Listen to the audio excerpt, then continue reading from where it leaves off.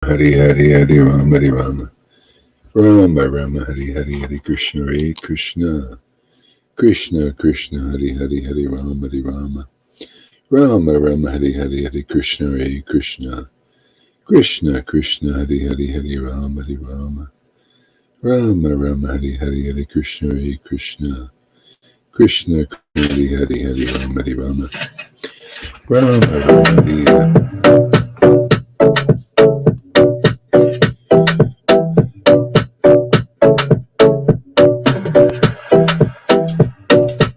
Hare Krishna, Hare Krishna, Krishna Krishna, Hare Hare, Hare Rama, Hare Rama, Rama Rama, Hare Hare, Krishna, Hare Krishna, Krishna Krishna, Hare Hare, Hare Rama, Hare Rama, Rama Hare Hare, Hare Krishna, Hare Krishna, Krishna Krishna, Hare Hare, Hare Rama, Hare Rama, Rama Hare Hare. Hare Krishna, Hare Krishna, Krishna Krishna, Hare Hare, Hare Rama, Hare Rama, Rama Rama, Hare Hare.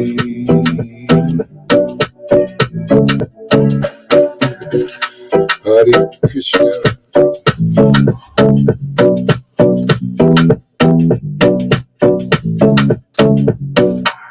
Hare Krishna, Hare Krishna, Krishna Krishna, Hare Hare, Hare Rama, Hare Rama, Rama Rama, Hare Hare.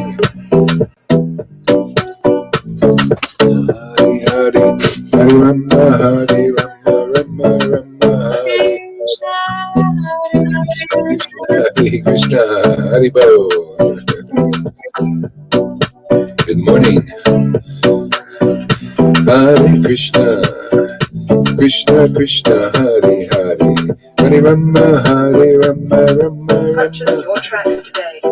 Hare Krishna, Krishna Krishna, Hare Hare, Hare Rama, Hare Rama, Rama Rama, Hare Hare, Hare Krishna, Krishna Krishna, Hare Hare, Hare Rama, Hare Rama, Rama Rama, Hare Hare, Hare Krishna, Krishna Krishna, Hare Hare, Hare Rama, Hare Rama, Rama Rama, Hare Hare.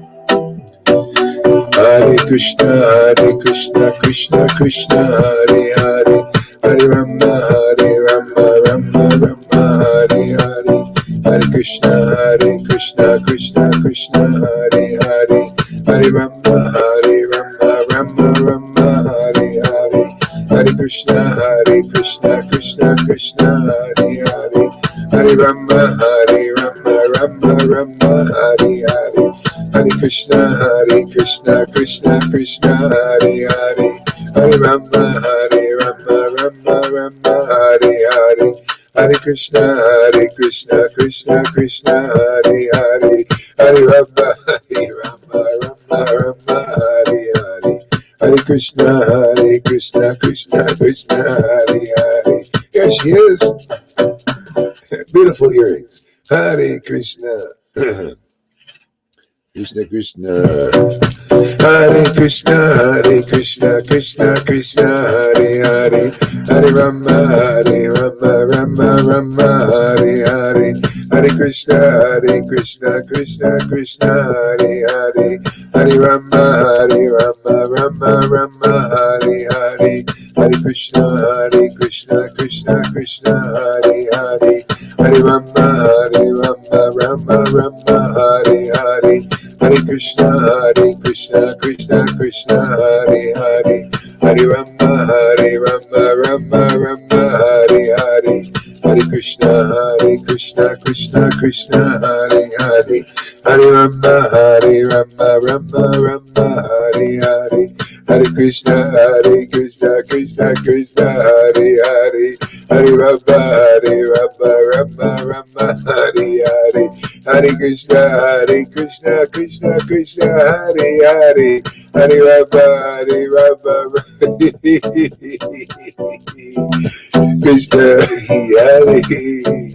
Hare Hare Krishna.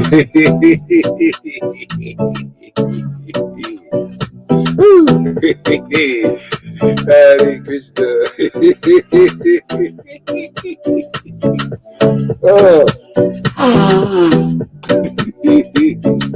Purchase your tracks today.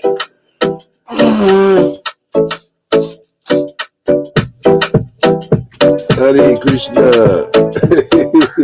Hare Krishna, Hare Krishna, Krishna Krishna, Hare Hare, Hare Rama, Rama Rama, Hare Hare, Hare Krishna, Krishna Krishna, Hare Hare, Hare Rama, Rama Rama, Hare Hare, Hare Krishna, Krishna Krishna, Hare Hare, Hare Rama, Rama Rama, Hare Hare, Hare Krishna, Krishna Krishna, Hare Hare, Hare Rama, Rama Rama, Hare Hare, Hare Krishna, Krishna Krishna, Hare Hare, Hare Rama, Rama Rama, Hare Hare, Hare Krishna, Krishna Krishna, Hare Hare, Hare Rama, Rama Rama, Hare Hare, Hare Krishna, Krishna Krishna, Hare Hare,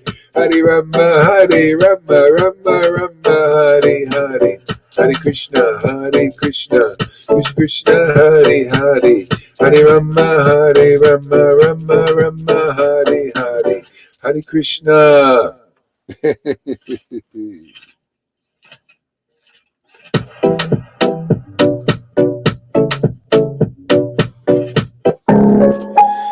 All right, all stand by.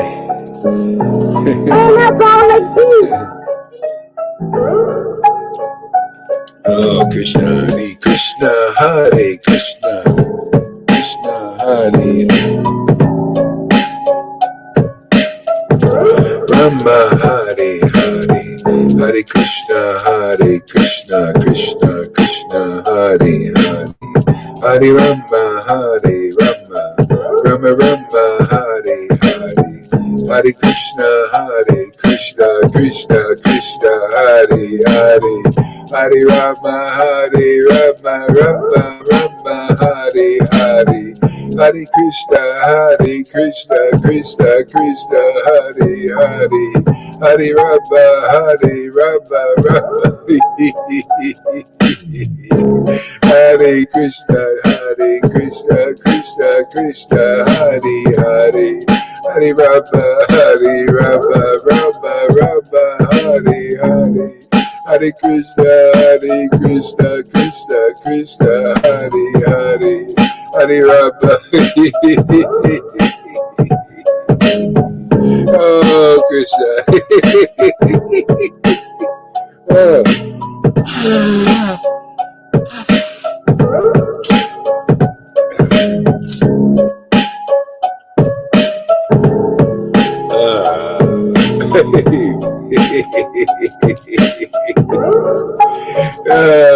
Hey, my hat. Check out my hat.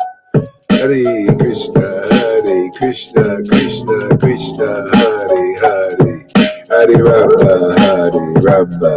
Rama Rama, Hare Hare, Hare Krishna, Krishna Krishna, Hare Hare, Hare Rama, Rama Rama, Hare Hare, Hare Krishna, Krishna Krishna, Hare Hare, Hare Rama, Hare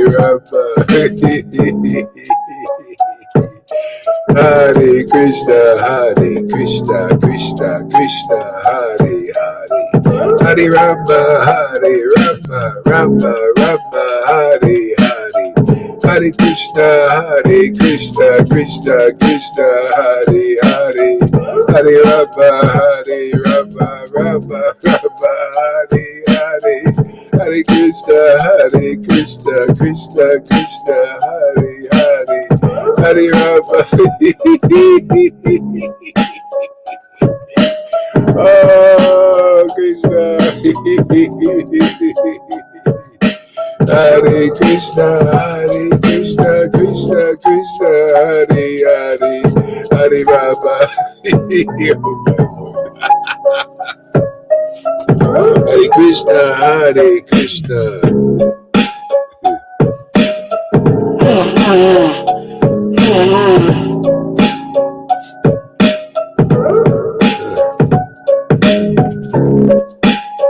Hare Krishna, Krishna Krishna, Hare Hare, Hare Rama, Hare Rama, Rama Rama, Hare Hare, Hare Krishna,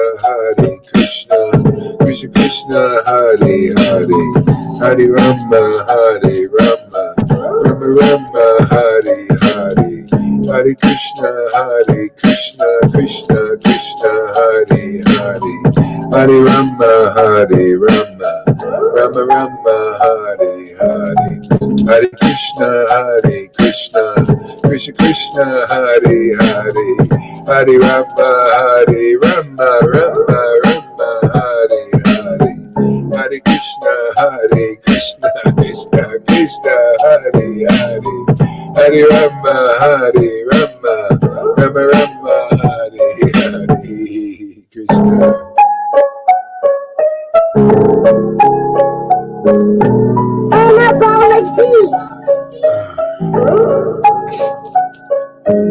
Hare Krishna, Krishna Hare Hare, Hare Rama, Rama Rama, Hare Hare, Hare Krishna, Krishna Krishna, Hare Hare, Hare Rama, Rama Rama, Hare Hare, Hare Krishna, Krishna Krishna, Hare Hare, Hare Rama, Rama Rama, Hare Hare, Hare Krishna, Krishna Krishna, Hare Hare, Hare Rama, Rama Rama, Hare Hare, Hare Krishna, Krishna Krishna, Hare Hare, Hare Rama, Rama Rama, Hare Hare, Hare Krishna, Krishna Krishna, Hare Hare, Hare Rama, Rama Rama, Hare Hare, Hare Krishna, Krishna Krishna, Hare Hare, Hare Rama, Rama Rama, Hare Hare, Hare Krishna, Krishna Krishna, Hare Hare, Hare Rama, Rama Rama, Hare Hare, Hare Krishna, Krishna Krishna, Hare Hare, Hare Rama, Hare Hare, Hare Krishna, Krishna Krishna, Hare Hare. Oh God, this is so fantastic.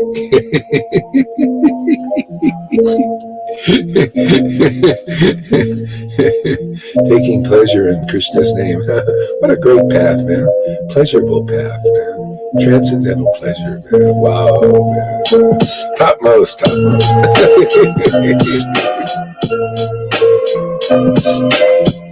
Hare Krishna, Krishna Krishna, Hare Hare, Hare Rama, Rama Rama, Hare Hare, Hare Krishna, Krishna Krishna, Hare Hare, Hare Rama, Rama Rama, Hare Hare, Hare Krishna, Krishna Krishna, Hare Hare, Hare Rama, Rama Rama, Hare Hare, Krishna, Krishna Krishna, Hare Hare, Hare Rama, Rama Rama, Hare Hare, Hare Krishna, Krishna Krishna, Hare Hare, Hare Rama, Rama Rama, Hare Hare, Hare Krishna, Krishna Krishna, Hare Hare, Hare Rama, Rama Rama, Hare Hare, Hare Krishna, Krishna Krishna, Hare Hare, Hare Rama, Rama Rama, Hare Hare, Hare Krishna, Krishna Krishna, Hare Hare, Rama, Hare Rama, Rama Rama, Hare Hare, Hare Krishna, Krishna Krishna, Hare Hare, Hare Rama, Rama Rama, Hare Hare, Hare Krishna, Krishna.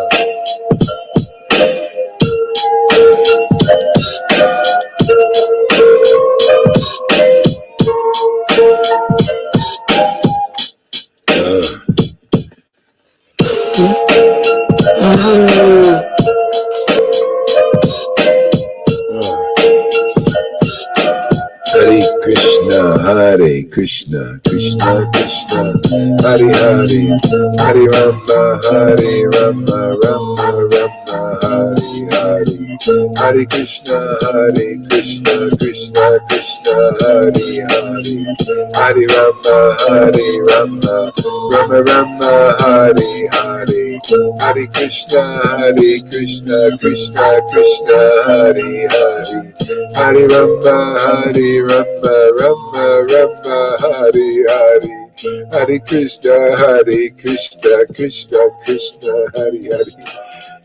This name is like transcendental candy, man. It's like, oh my God. It's every day realizing more and more how amazing this is. Why Lord Chaitanya came here to give this name. Every day, more clear. More clarity, more ecstasy, more clarity, more clarity, more ecstasy. It's like back and forth, back and forth, back and forth. More understanding, more ecstasy, more understanding. Oh, Krishna, Krishna, Krishna, my transcendental candy man.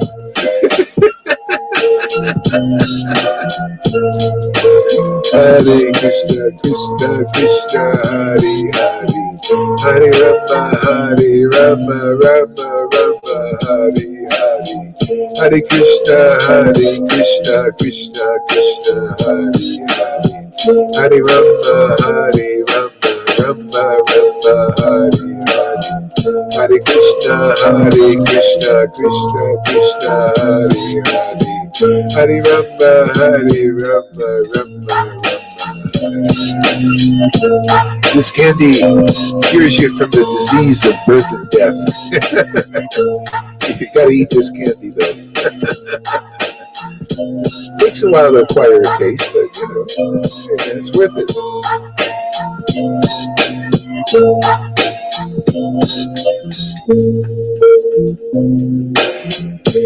Hare Krishna,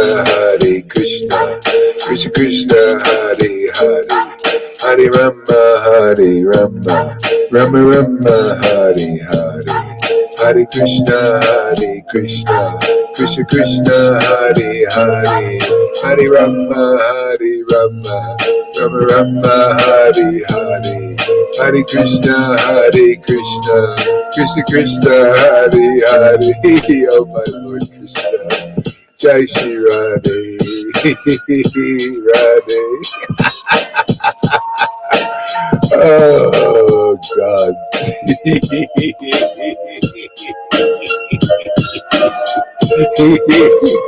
Oh my Lord, wow. Krishna.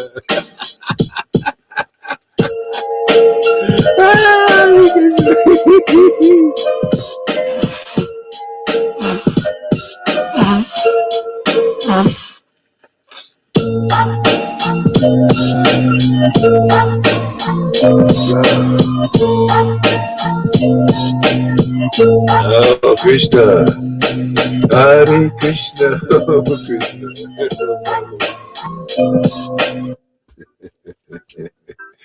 Krishna. It's like giving them a kiss. Krishna, kissing Radha and Krishna.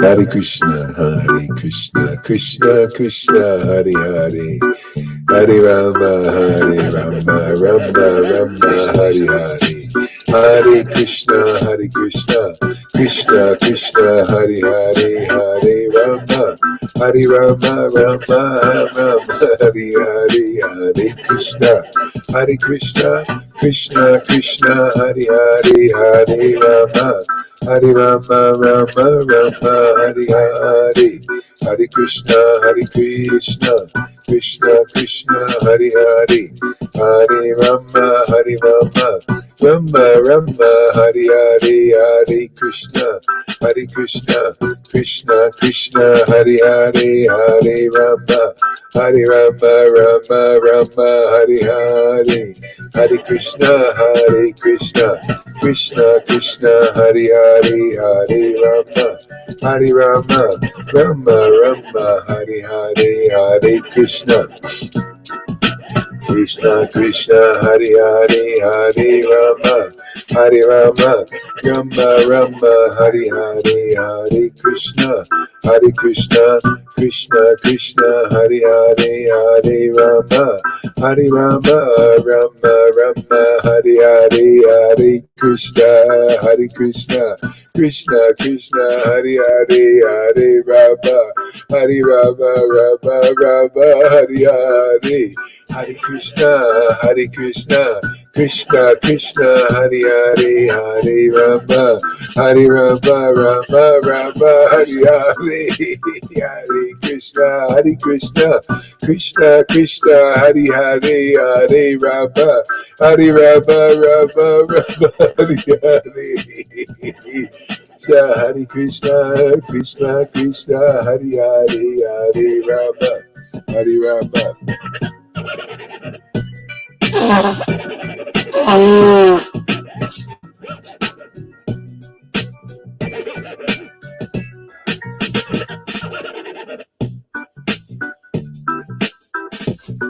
Hare Krishna, Krishna, Hare Hare, Hare Rama, Hare Rama. Oh yeah.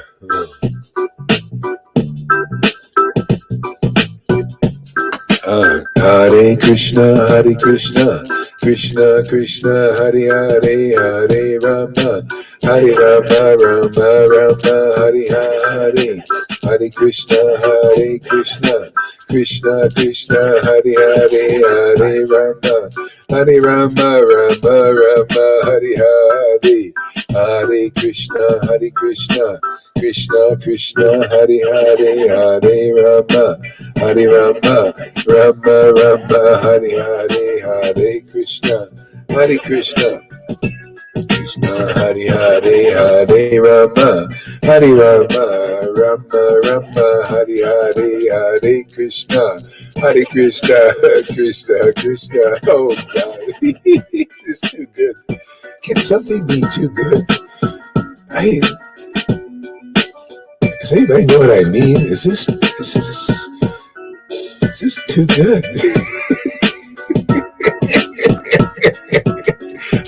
Oh God, my Lord, you're awesome. That's all I have to say. Oh, Hare Krishna, Hare Krishna. Hare Krishna, Hare Krishna, Krishna Krishna, Hare Hare, Hare Rama, Hare Rama. Hare, oh my Lord, oh my Lord, oh my Lord, Krishna. Hare Krishna, Hare Krishna, Krishna Krishna, Hare Hare, Hare Rama, Hare Rama, Rama Rama, Hare Hare, Hare Krishna, Krishna Krishna, Hare Hare, Hare Rama, Rama Rama, Hare Hare, Hare Krishna, Krishna Krishna, Hare Hare, Hare Rama, Rama Rama, Hare Hare. Hare Krishna, Krishna Krishna, Hare Hare, Hare, oh God. Oh God, Hare Krishna, Krishna, Hare Krishna, Hare Krishna, Krishna Krishna, Hare Hare, Hare Rama, Hare Rama. Krishna, Krishna, Hare Hare, Hare Rama, Hare Rama, Rama Rama.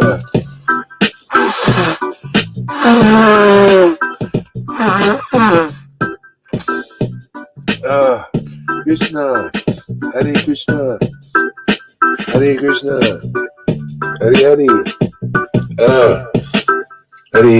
Hare Krishna, Hare Krishna, Krishna Krishna, Hare Hare, Hare Rama, Hare Rama, Rama Rama, Hare Hare, Hare Krishna, Krishna Krishna, Hare Hare, Hare Rama, Rama Rama, Hare Hare. Hare Krishna, Krishna Krishna, Hare Hare, Hare Rama,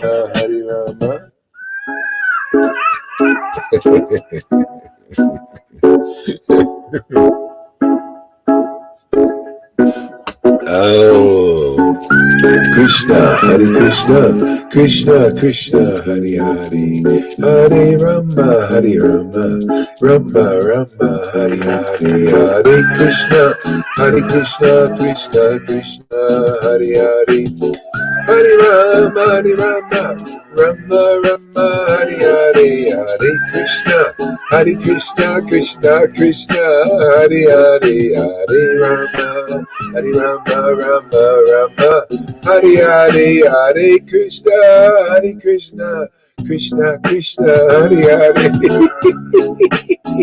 Hare Rama, Rama. Hare Krishna, Krishna Krishna, Hare Hare, Hare Rama, Rama Rama, Hare Hare, Hare Krishna, Hare Hare, Hare Rama, Rama Rama, Hare Hare, Hare Krishna, Krishna, Hare Hare. Hare Rama, Rama, Hare Hare, Hare Krishna, Krishna, Hare Hare, Hare Rama, Rama, Hare Hare, Hare Krishna, Hare Hare, Hare Rama, Rama, Hare Hare, Hare Krishna, Krishna, Hare Hare, Hare Rama, Rama, Hare Hare. Hare Krishna, Krishna, Hare Hare, Hare Rama, Rama, Hare Hare, Hare Krishna, Krishna, Hare Hare, Hare Rama, Rama, Hare Hare, Hare Krishna, Krishna, Hare Hare, Hare Rama, Rama, Hare Hare, Hare Krishna, Hare Hare, Hare Rama, Rama, Hare Hare, Hare Krishna, Krishna, Hare Hare, Hare Rama, Rama, Hare Hare.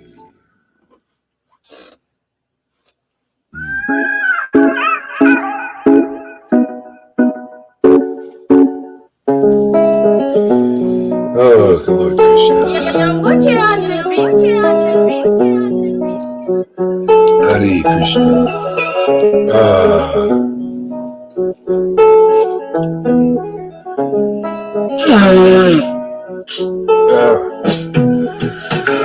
Hare Krishna, Hare Bo. There he is. Hey, Karuna, welcome. Hare Krishna, Krishna, Hare Hare, Hare Rama, Rama, Hare Hare, Hare Krishna, Krishna, Hare Hare, Hare Rama, Rama, Hare Hare, Hare Krishna, Krishna, Hare Hare, Hare Rama.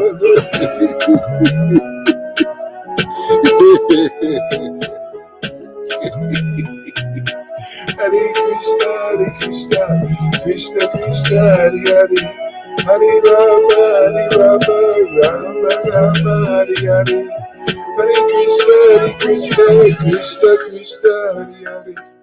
Hare Rama, Rama Rama, Hare Hare. Hare Krishna, Krishna Krishna, Hare Hare. Hare Rama, Rama Rama, Hare Hare. Hare Krishna, Krishna Krishna, Hare Hare. Hare Rama, Hare Hare. Hare Krishna.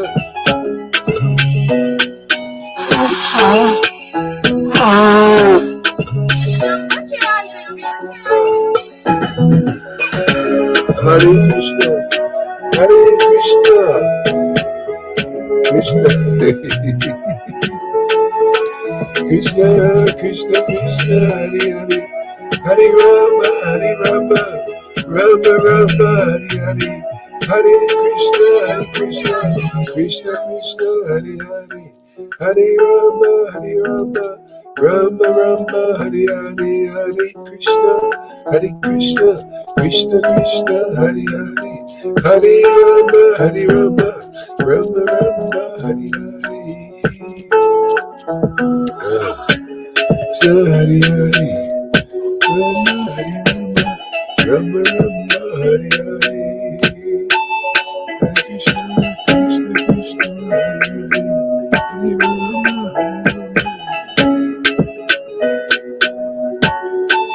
Hare Krishna, Krishna, Hare Rama, Rama Rama, Hare Hare.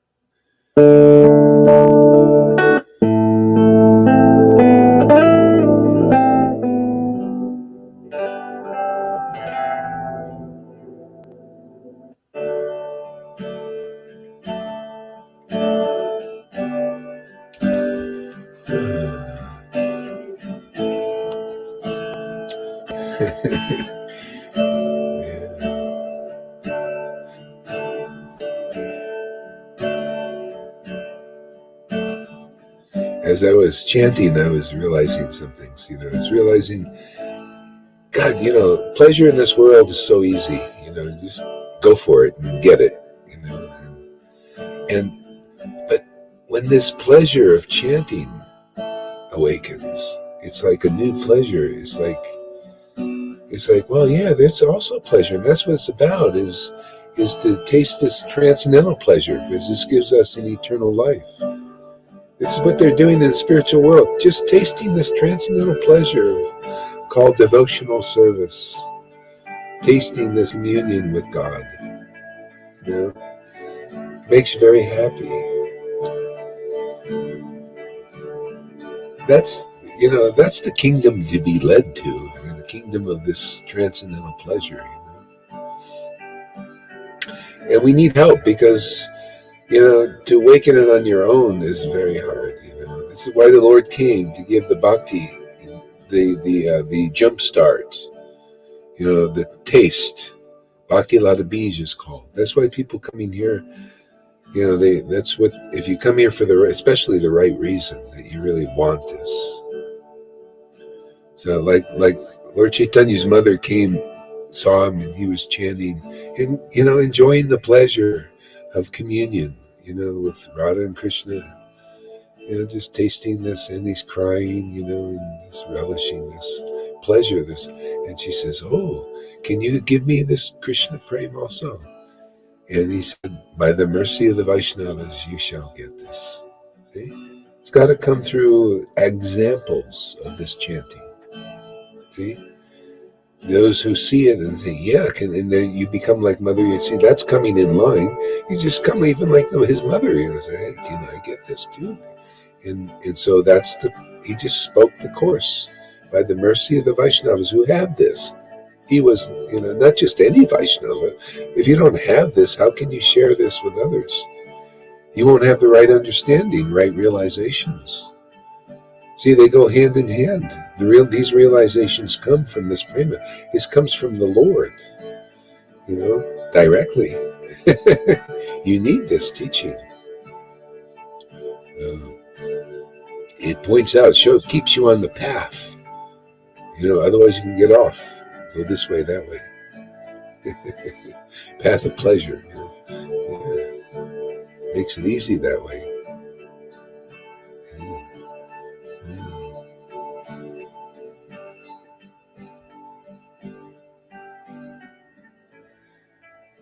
So, this is Rupa Goswami.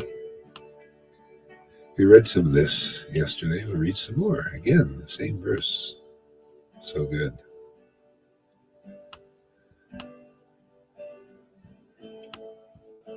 See, please meditate on Sri Radhika Krishna Chandra, who are fair like molten gold, and dark like a host of glistening monsoon clouds. Illuminate the entire forest of Vrindavan, and who wear blue and yellow new fine and soft silk garments in a secluded forest grove. Illuminate the entire forest of Vrindavan. See, isn't that what basically is happening? How does this work? Come on, there we go. Illuminate. This is how Vrindavan appears in this world, is meditating on Krishna Chandra. Then all of a sudden the world transforms. Everything transforms, into Vrindavan, into this joyful, playful, loving place. Okay? So Rupa Goswami is expressing it so nicely. Transforms this forest of illusion into Vrindavan. It's just the other flip side. This is the material darkness. It hides the true reality. See, the material pleasure is just the dim reflection of the spiritual pleasure. See? So a lot of people think it's all in the, okay, so we'll give up material pleasure and try to get, and they don't even know what the spiritual pleasure is. See, this is the problem. So the Lord's saying, oh, that path, man, they'll just put a sour puss on your face. You'll look like some dry, skinny sannyasi, just, look at me, I'm Mr. And you think after a while, a lot of people think renunciation, austere. Look at me, this is Krishna consciousness. Well, not really. No, Krishna consciousness, is this spiritual pleasure, man, tasting it. And it's not all or nothing. I mean, the Lord allows me to have my coffee and have a nice food and maybe a beer once in a while, so what? I mean, if he would say, I had a cup of coffee. Oh my God, I'm not giving you any spiritual pleasure. That's what they think. That's what he said. I'm not giving. This is my God, and He is muff, man. You got to renounce. I'm not going to give you a drop of taste until you renounce all that. See, you think God is like that? Not my Lord. My Lord is saying, no. Just your faith in Prabhupada, your faith in Rupa Goswami, man, your faith in real devotees. I'm just going to give you this taste because you like it. You like devotees, ecstatic devotees, man. You should welcome that. It's a welcoming thing. The Lord is just asking, what do you think Jesus was? He said that whoever, I don't care, I'll go into that Matthew's house, that tax collector, man, that mundane pounds and shillings person, simply because he welcomed me. He just the door. He's just opened his door. Yes, let me come in. Behold, I stand at the door and knock. What does those things mean? It means, no, you got to renounce everything and do these heavy austerities. No. Behold, when the Lord is here giving grace in this world, he stands at the door and knocks. See? Who will open it? He's welcoming. Just open it. Those who believe in this path, in the devotee as the path. They say, oh wow, if I associate with this devotee, I'm going to get taste. And if I get taste, then Krishna is going to be born in me, and then I'll be able to water. See, it's that simple. Without the taste, very tough. This is the many lifetime preaching thing. Because you got to work for it. You think, I'm going to work for it. My Guru Dev said, you got to work for it. You got to go through an art and a vritti. No, first bhajan and kriya. First associate with the bhajan, strict bhajan, and then just one by one pluck those anarthas out, man, and then you'll get a little ruchi, and it doesn't come. I've been in those sanghas. I know what it's like. All of a sudden, you start to think austerity is the real path, and not. So if you read Chaitanya Charitamrita, it's all about Bhakti Lata Bij, man. Get that mercy from the devotee. Come for that. It's all about that, You can come as you are. It doesn't matter. The Lord he's all powerful, man. He says, oh, you really sincerely want this? You really like my devotees? Oh, I'll give you the taste. You're a little bit of retarded, no problem. A little attached to this or that, no problem.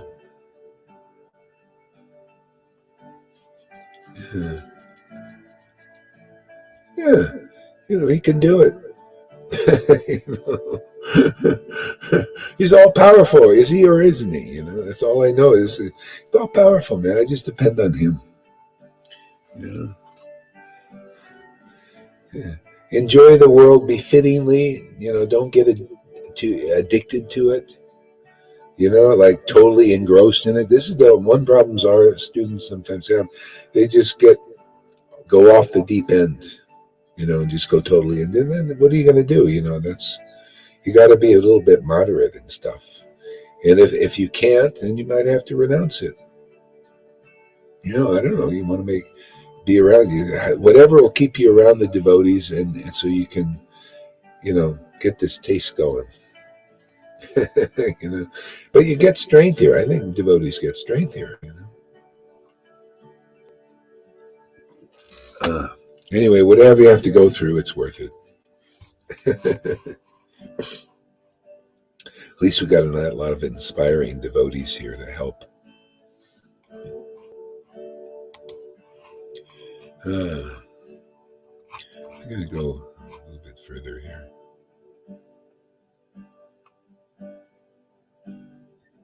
Actually, you know what? Let's go to...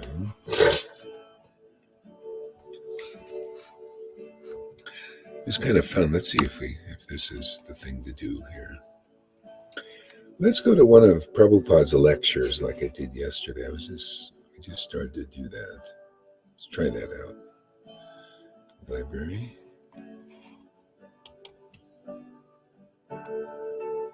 Transcripts, yeah.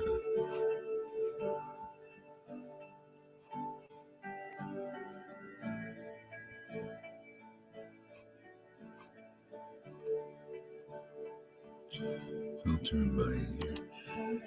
Let's see his 1966 lectures. 212.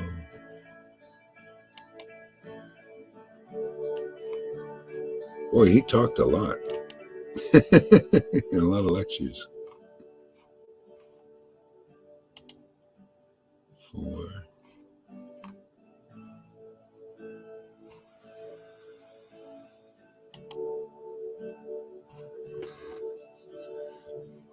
It was easier on the phone to find these things.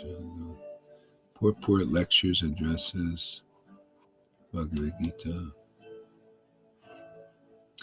10. Oh, here we go. 10:1.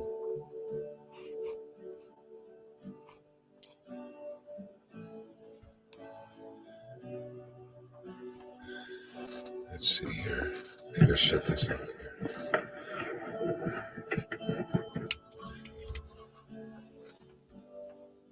Okay. Hare Krishna.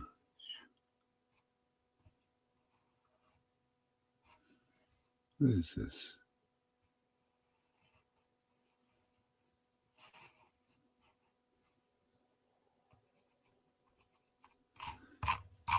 Huh.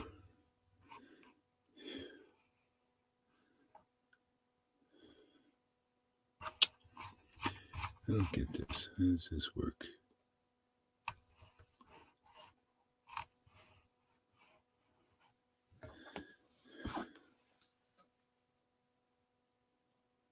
Oh, brother.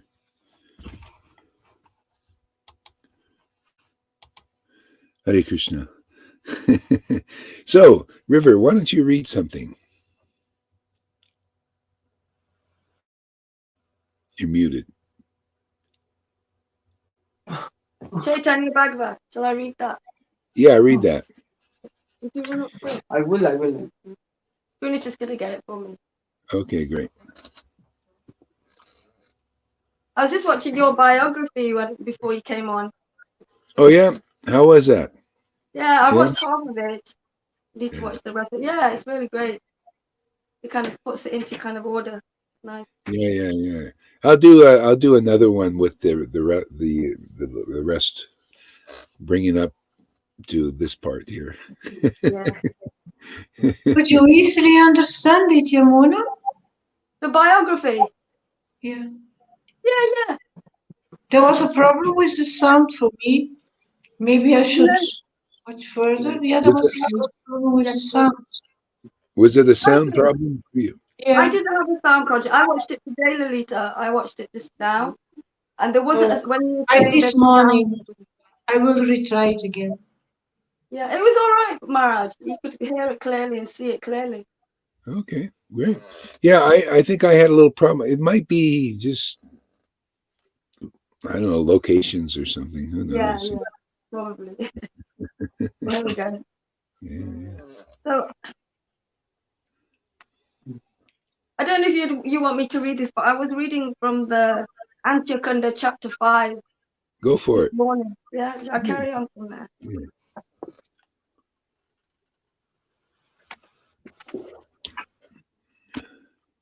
Glories of Lord Nityananda. Oh, I'm going to shut my book now. Where was it?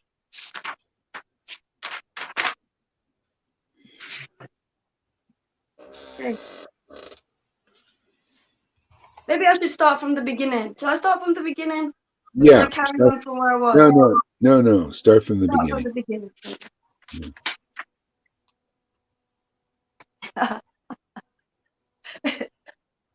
All glories to my wonderful spiritual master, Srila Bhaktivedanta Gaura Haridas, who is my Diksha and Shikta Guru, who has opened my eyes with the torchlight of knowledge, so I can distinguish reality from the illusion for the benefit of myself and others. All glories to you, Avadut, Acharya, Paramahamsa, Maharaj. All glories to you.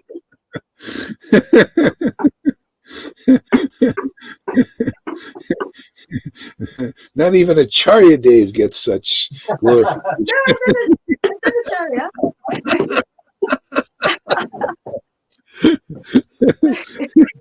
He had to go through so much work to do it too, man. Go to the college, man, and get all those degrees. That's a lot of work, man. You ever go to college? My God, all that study you got to do. Oh man, jeez, I didn't do any of that. All I do is study the holy name and enjoy it, man. Just relish it. Yeah, but you got the order. Yeah, it just came from studying the holy name and just taking great pleasure in chanting. That was it, man. Yeah, it seems like odd, usually, to get something valuable, you got to do heavy disciplines and difficult things. Oh, It's really hard. So you earned hard. it. And it's Got to earn hard. it. Got to be worthy. Got to be worthy. It's like you're saying all the. I'm thinking, God, I'm so unworthy. But you see, I figured it out. The Lord is worthy, and you just you just go under His apron. Stay Hold under on to there. the apron string. Hold on to the apron, man. That's it. He's worthy, man.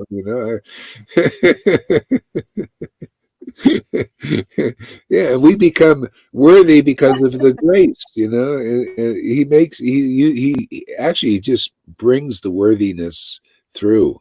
We just bring it through by preaching the truth. That we're dependent on that transcendental Lord. We're dependent on His name and His pastimes like this. We're dependents, and it's wonderful to be dependents.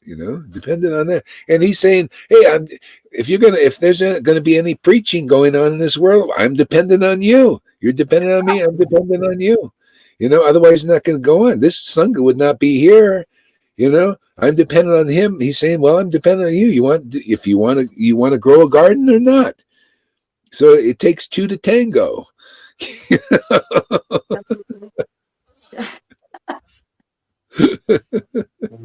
I remember when I first started listening to you, and I started writing all the names down, Paramahamsa Maharaj, all of them. And you told me you didn't want me to do it anymore. But it's good that you told me that, because I really didn't understand it. I didn't understand it. I was writing those words down. I didn't understand what they meant. But Oh, now it's like boom, boom, boom, boom, all of them, all of no. those titles that that are you. Yeah, I like how the Lord does it, man. He makes even we're all like broken down jalopies, like cars. We're all broken down, like in a junkyard. And He's a great fixer. He just goes in there and just fixes it, and makes you be able to like run like you're better than a brand new car. It's amazing, man. This is what the Lord wants to show. This is what we're here to teach. By example, it's like, oh, go Haridas. What is he? Who is he? There, even people say, who is this guy? Where did he come from? Yeah, I was just born of the word. Just born of the word. It's so nice, Maharaj, to say, the name of my guru. When people say this is my guru, it's just so nice to have that connection with Yeah. you and to say this is my guru, my guru.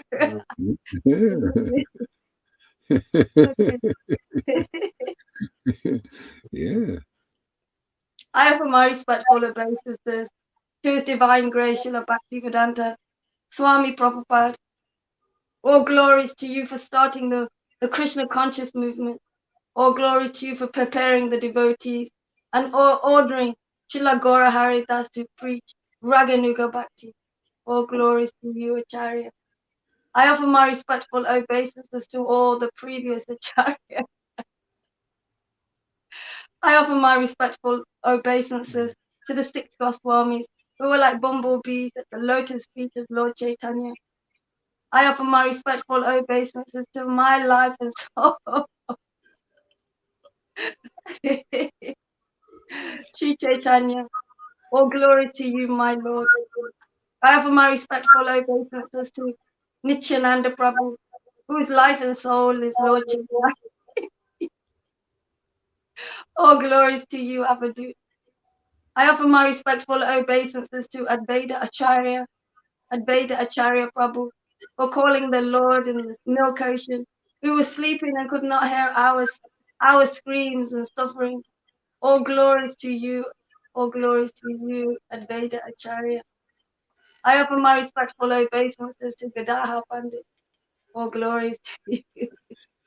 See, this is the greatest treasure right here. Greatest treasure is attachment to glorifying the Lord. That's eternal. That's what they do in the spiritual world. That's the qualification you need here to go into the spiritual world when you pass from this body. If you don't have that, how can you go there? It's like you're not there. And the Lord, look how wonderful He's get through our Sangha. People are what let me ask, I mean, just intelligently, what gurus have that ability to with the inclination to glorify Krishna to the point of ecstasy, where you start to laugh and cry and all these things? What, to me, like even a guru who had proper sense would say, wow, I think I would like to get this, but how do I get it? I've been with Prabhupada for 40 years, and these symptoms that this little lady hooked to a machine there every day is getting, you know, you how do I get that? Well, you just follow the process. I'll just tell you right now, if any of you happen to be listening, all you have to do is go to that lady there hooked to the machine and say, oh, looks like you got this great opulence of prema bhakti, which have the symptoms I read in the book. Can I also get this can you teach me how to get this? I couldn't figure it out with 40 years of being a guru with all my thousands of disciples, but you seem to have gotten this thing that I read about that I couldn't get in this other way. See, that's called humility. Otherwise, it's just feigned. This thing going around humble pie and going around there and not going and approaching the devotees who have real bhakti, and have the real the result of the flowering of Krishna prema, and not going to them. Don't tell me about humility. You can go around like this and impress all these neophytes in the world, and how, but you're not humble enough to go to a devotee who has ecstatic love that is here in this world to give it to the world, and you don't approach there. That kind of humility is all feigned. It's not real yet. Could be a mode of goodness thing. See, Devananda Pandit was like that, right? He was also very humble and all this, but he wouldn't go to Srivas and ask for Krishna prema. He actually threw him out. It's like one of these humble pie guys, gurus in ISKCON, went and said, "Oh yeah, Gohar, he's not qualified. Go to Narayan Raj." And Narayan Raj was preaching many lifetimes. See, so everything is, people don't know what is real in this world. This, like here, the Lord was, through the order of Prabhupada, giving this prema so easy. And even the ISKCON guru said, oh no, Gohar is not qualified. Go to Narayan Raj, who's giving the many lifetime preaching before you get it. And very difficult austerities you got to do.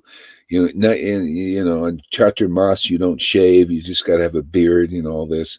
And all difficult, hard. You got to chant 1 lakh a day, and just strict sadhanas and all that, which nobody can practically do. So see, everything's kind of unclear in this world. People don't know what it is. Just like 550 years ago. Luckily, we got this preaching here. This is the real light, man. This shows you what's beyond the mode of goodness. And we have all these books to help us. Otherwise, nobody knows. These gurus don't know. They make mistakes like that. That is a mistake. See, because the whole point is to lead the persons who want Krishna to the devotee who has Krishna. Krishna is their possession. It's just like if you look at wealth. If I have wealth, say I have millions of dollars in gold, and you approach me and say, you got all that money, can you give me some? Sure, here you go. Hey, no problem, I got plenty. So the real wealth is this Krishna prema. Mother Sachi said, yeah, you got that. You usually give me gold and all that, but I want that. Can you give me that? So you approach the devotee for that wealth. Okay? Otherwise, you don't know what real wealth is, because this is the wealth taught in Krishna consciousness. This is the wealth taught in Chaitanya Leela, in all the books, Bhagavad Gita. Wealth is not rules and regulations. That's some wealth. to be able to follow rules and regulations. There's some wealth, but this is the eternal wealth. This is the juicy stuff. This is like, people take pleasure in sense gratification. Well, this is transcendental sense gratification. It's a whole nother level. It's spiritual. It's transcendental. It breaks our bonds of birth and death. Yeah. So the world needs to know that. So that's our mission here. It's just to get real, get clear, help people get clear. They're not clear. Gurus are not clear. In my experience, they're not. They need this level of clarity. And how do you do that? Well, you just got to keep preaching the truth, right? You keep showing the truth and keep preaching the truth. I don't know any better way. Keep showing people, hey man, we got gold here. We got the real wealth here. And preaching its glories. And then see, it says that right, and show right to the book Bhagavad. See, it says right there, this is the real wealth, prema, devotion. We got it. We got possession of that. Radha and Krishna. You interested? Okay. So, and you notice in 10th canto, see, everything we preach here is all in the book. 10th canto, the wives of the Brahmins went to the devotees, the cowherd boys who were in possession of Krishna, intimate associates in Vrindavan. They went to them and very quickly got the prema. And their Brahmin husbands would not go. See, this is the simple truth. They wouldn't go. They just, no, we're illustrious Brahmins and we're illustrious sannyasis. See, look at you, sannyasis and gurus. Why should we go there look at those people there, housewives and, cowherd boys and cowherd girls, what are they just living in the forest? We're Brahmins. See? But they had possession of Krishna Vrindavan. See, they had the prema. So the wives went and they got it very shortly, came back and showed the husbands. And they thought, my God, we've been doing all these pujas and everything, and they surpassed us. See? That's our example here. We're Bhagavatam examples of 10th canto, man. We're here to show the world like, hey, you Brahmins and sannyasis and gurus, look at this. You're doing all these things. You have all these disciples and problems. You have all of that material buildings and wealth of Prabhupada and all that stuff. And you've got your little plane tickets to go here and there and everything. And look what we got. We got the real wealth. The real wealth is this prema. The real wealth is to taste, this kind of transcendental sense gratification for awakened transcendental senses.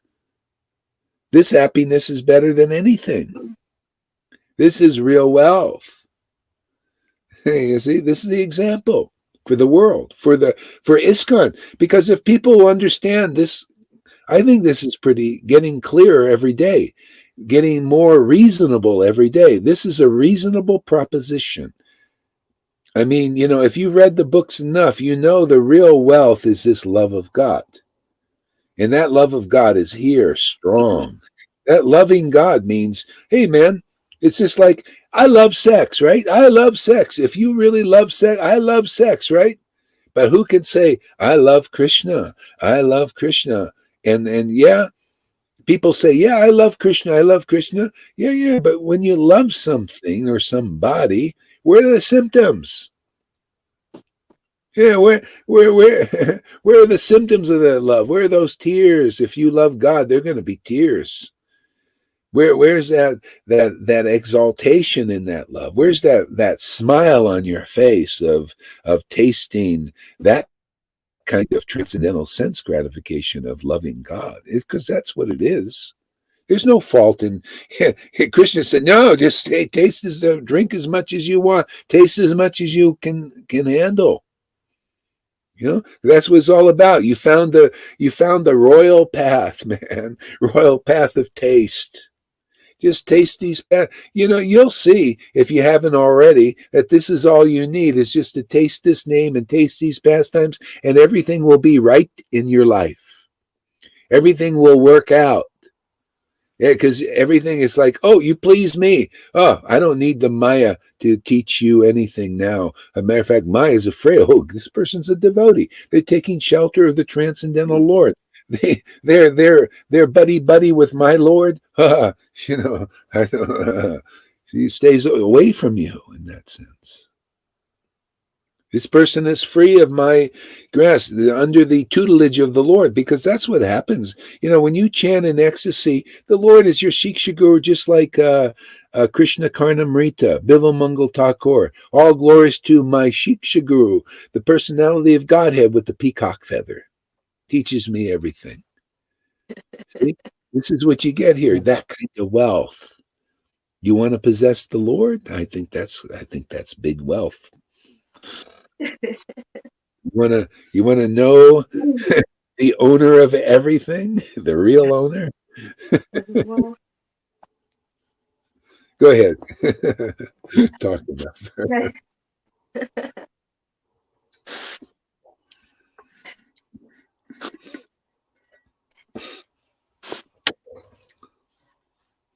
Okay. Do you cry in two eyes now, or is it just still one eye? It comes out when I'm crying a lot. It comes Yeah, out more. When I'm yeah, crying a little bit, then it does come out more, just a little bit. yeah, a little bit. Yeah. Yeah. All glories to our parampara. Okay. Ananchakanda from the Chaitanya Bhagavat, chapter 5, the pastimes of Sri Nityananda. All glory to Sri Gaurasundra, the original spiritual preceptor of the entire universe. You are the desire tree of all the surrendered devotees. All glory to you, who are the most brilliant gem of the sannyasi order and the Lord of Vaikuntha. Kindly bless the living entities with your most auspicious and merciful. All glory to the Supreme Lord, Sri Gauranga, along with all his devotees and intimate associates, who are always victorious. O Lord, you are the See, most. that's the proof right there in the book. Always victorious because of being an intimate associate. You become victorious. Why? Because you have the Lord helping you. You know, the Lord, everything, all the obstacles come from Him, and they're removed by Him.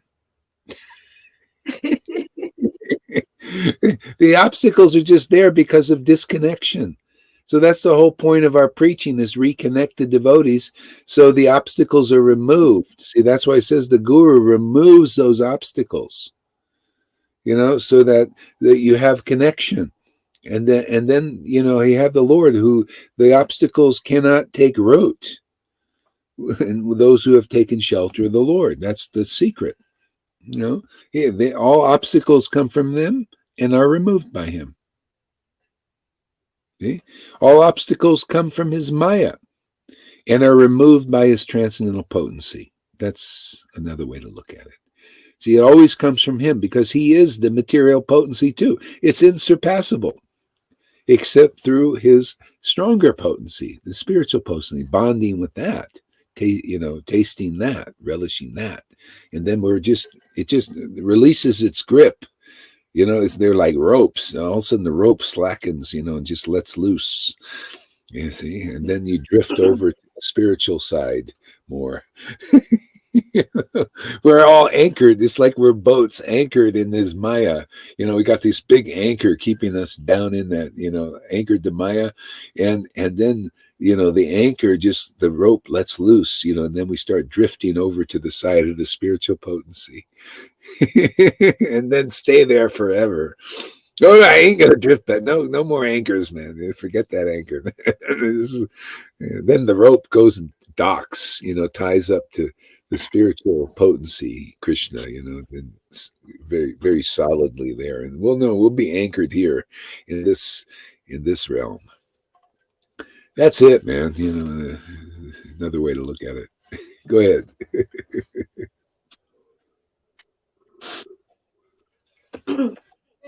O Lord, you are the most munificent kindness personified, and an ocean of divine compassion.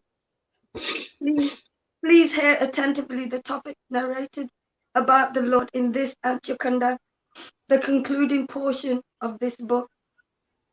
The Lord stayed on for another few days in the house of Sri Advaita, and then went to the house of Srivas Pandit in Kumarahati. As the Lord arrived, Srivas Pandit was immersed in deep, ecstatic meditation upon Sri Krishna. Therefore, when Sri Gaurasundra, the Lord of Srivas's life, suddenly appeared before Srivas, the object and fruit of his deep and sincere contemplation was then realized.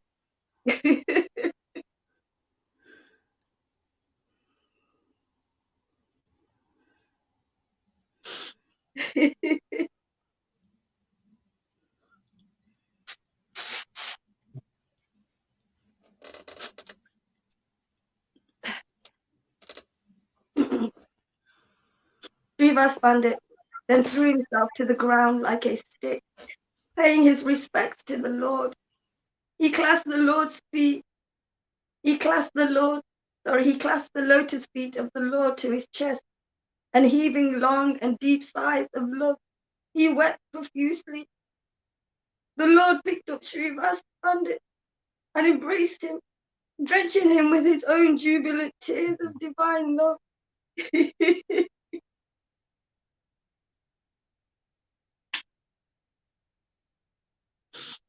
By the causeless mercy of the Lord, the entire family of Srivas was truly blessed, and raising their arms in gestures of overwhelming joy, they all crowded to see the Lord and began to weep in joy. Srivas Pandit was beside himself with happiness. He could not fathom the exhilaration he experienced by the personal presence of the Lord of Vaikuntha as a guest in his house. Placing his best and most exquisite asana upon his head, he brought it to the Lord. The lotus-eyed Gauranga then sat down, surrounded by his dearmost devotees, who then began. Isn't that how it is? You see, the Lord is a guest in our house, in our temples.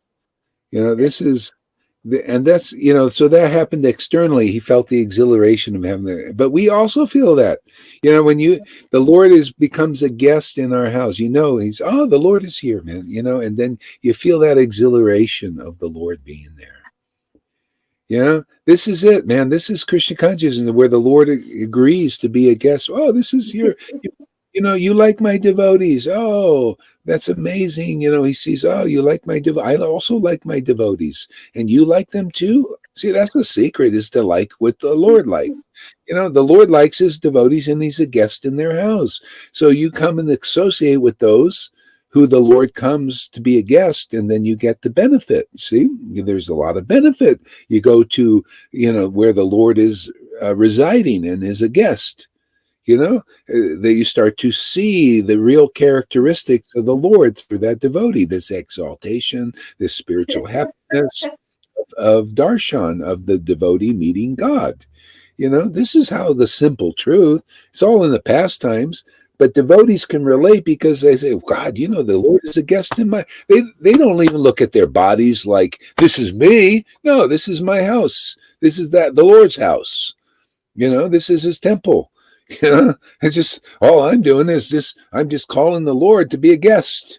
I just don't like him to be away too long. He needs to be here to maintain the temple. Otherwise, I can't, it's too much work. It's a lot of work to maintain this temple. I need help. He has to help me, So that's where you want to go. You want the Lord to be a guest in your temple, in your house, in your body. You want the Lord to live there and reside there eternally. Well, then you got to go the right way. You got to go to those who you like my devotees. I'm also a guest in their house. They invite me all the time, and I come because they're my friends. and you're going to them also. Oh, well, it looks like you want to become part of the family. Well, okay, I'll come into your house too.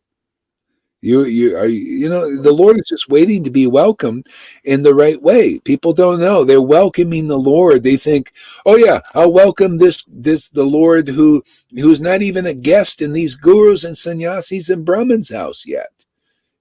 My Lord is transcendental. I don't know what their Lord is. Our Lord is a bunch of rules and regulations and well, I don't think your temple or your house is being inhabited by a live person yet. The only lively person that has real life is God. And then we become alive when he's living inside us and alive and kicking, man.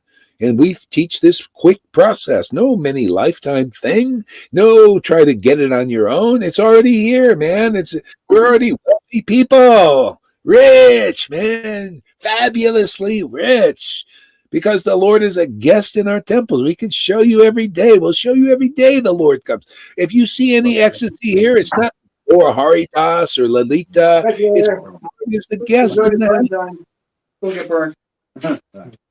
Yeah, it's the Lord guest in the house. Yeah, I know. Go ahead. Okay. What's that guy making a disturbance out there? Ruckus. Martin was just leaving. Oh, is Martin? Is Martin still around? Is he back? Yeah, he's back. Okay, he's healthy and everything. Yeah, he's a lot better. Okay. I never saw him though when he was sick, but he's fine now. Yeah. Did he get? I guess he got the. Probably. Yeah. Okay. Anyway, don't worry about it. Go ahead. We don't want any bad news.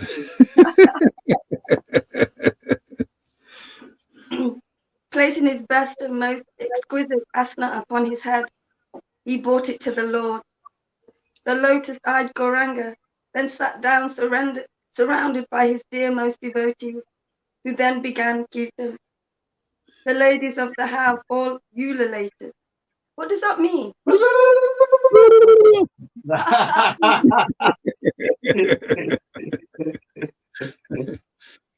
See, the best asana the Lord is looking for is your heart. He wants to sit on that. See, that's the best one. So we got to clean it a bit, because it's all, filthy with this, the material modes, got to sweep it off.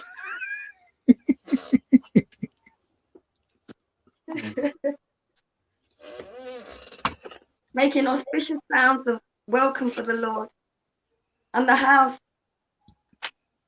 of Srivas Pandit resounded with the highest joy, becoming engulfed in bliss.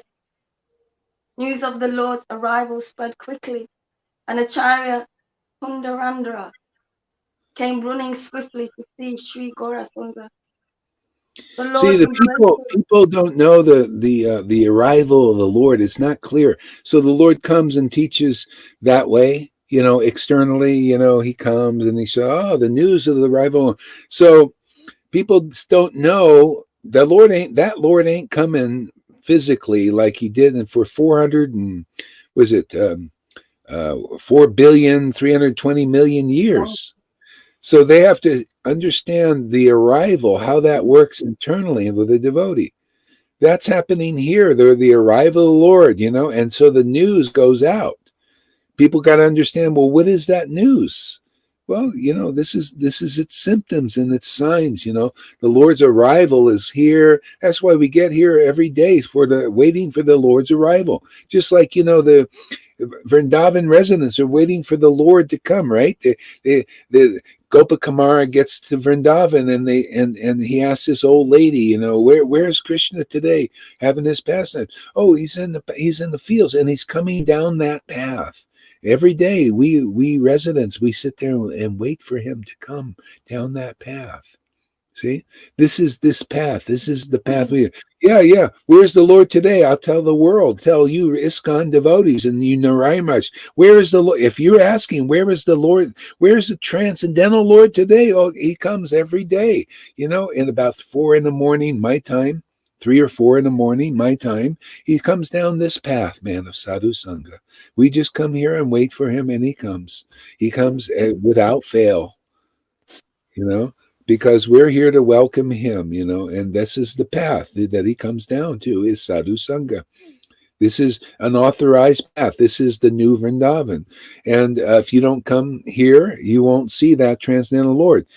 And if you say, yes, we see that transcendental, yeah, well, let's see. I mean, show us that you have that path, that he's coming down, and that you have the signs and symptoms like those residents of Vrindavan who are very ecstatic, literally, tasting transcendental pleasure when the Lord comes and arrives. We want to see if he's coming down that path you're teaching, your sadhu sangha.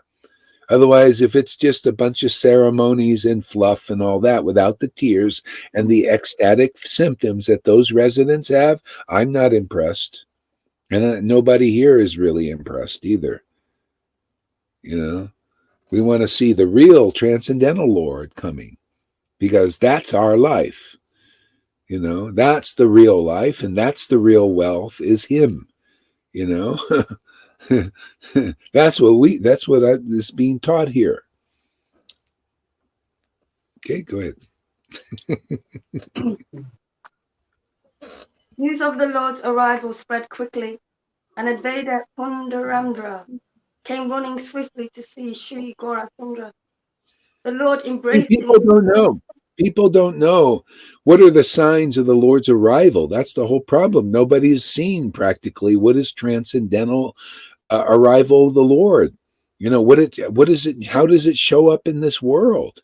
We have to teach people. Well, the arrival of the Lord is like this. You see, it's in the book. Remember when the Lord arrives with Gopakumar and Brihad Bhagavatamrita, the Lord arrives, man, and they're all ecstatic, man, crying, laughing, and even before the arrival, they're all expecting, and they're getting intoxicated, just even expecting the Lord to arrive. And then they get the arrival. The Lord doesn't even wait to come down the physical path. He comes right in their heart because they're expecting. So that's called greed, man. That's called, the Lord is your life, and you must have him, for life. Otherwise, there's no real life in this world. It's like an empty temple. It's like, you ever go to these temples? I went in India, so many of these, what do you call the, Bhakti Siddhanta's temples. We went in, where's the life? Where's Krishna? I just saw a bunch of ringing bells, ceremonies, and empty. I said, where is this transcendental Lord? I go to ISKCON also in Mayapur, and it's just a lot of, what do you call, ceremonies and loud bells and people running around. And I said, well, where's my Lord? I went home. I barely went to the temple, because in my home, the Lord, I welcomed him. I couldn't get ecstatic in the temple there. They would throw me out. They just, what are you making a disturbance in here? They've done that when I was in ISKCON. If any exuberance comes, immediately, this isn't. What is this? This is wrong. This is not good. I had that in Christian church. Remember, I told a story when I was in Sweden. Our little group went into. We were ecstatic, man, and we just went into the Christian church, started dancing, and they were, singing about Jesus, man. We just danced around, and it's that level. It's a Vaidhi level, very Vaidhi, man, very neophyte. And the church elders came and said, we were discussing and seeing what you were doing. This is wrong. What you're doing is wrong. Stop dancing. Control yourselves. Oh, boy. Control yourselves. We'll put that in the biography, too. Control yourselves. Guys, control what? The Lord was controlling. We were feeling like really ecstatic, man. See, we welcome the Lord. They weren't welcoming that Lord. See, their Lord is one of ceremonies and all of this, and like programs. Having a program. You want to be programmed. Everybody wants to be programmed. That's the Lord's still Maya. If you're going to a program, even in Krishna consciousness, it's a program and it's still in the Lord's jurisdiction. You can have a program in the mode of goodness, but that's not my life. That's not enough for me. A program worship. You know, you ever go to church, they give you a program. Well, this is what we're going to do. We've already worked this out, and we're going to go to this thing and this thing and this thing. It's almost like listening to a speech, you know, with a person in a with the teleprompter, and they're looking at the speech, and you're listening, and they're just reading the words. Hey, what is this? What is this? There's no life in that. Just reading these, where's the spontaneity? Where's the Lord community? Where's the rasa dance? The rasa dance is the devotee connecting with God, man, and then something happens that's special, unique, wonderful, exciting, lively. See, life, lively. Otherwise, it's all canned, It's like, oh, yeah, let's do some Krishna Conscious Day, and you open up a can. Yeah, it's already prepared. We already prepared it in the can, boiled it and everything. Here, just eat it out of the can. I don't want any canned food, man. I want fresh. Don't we like fresh food, man? Fresh, man. Fresh meeting with the Lord. Gotta meet with God, man. Fresh meeting. See, meat. I have meat that ye know not of. Or yeah, he did say that. Yeah, I have food that you have known not of. Not meat. Meat. Meat means protein, right? You want some protein. I want Krishna. He's my protein. I want that meat. That's meat. See, the meat, protein. Krishna is the protein. Amy says, that's great. Ecstatic love of the Lord cannot be silenced or contained. Exactly. I like this, Amy. She's really got good revelation. What do you guys think? Huh? It's good stuff. Huh? She's a good sister. We're gonna have sisterhoods. Sister of the hoods. There he is. Govinda's there. I didn't even know he was around.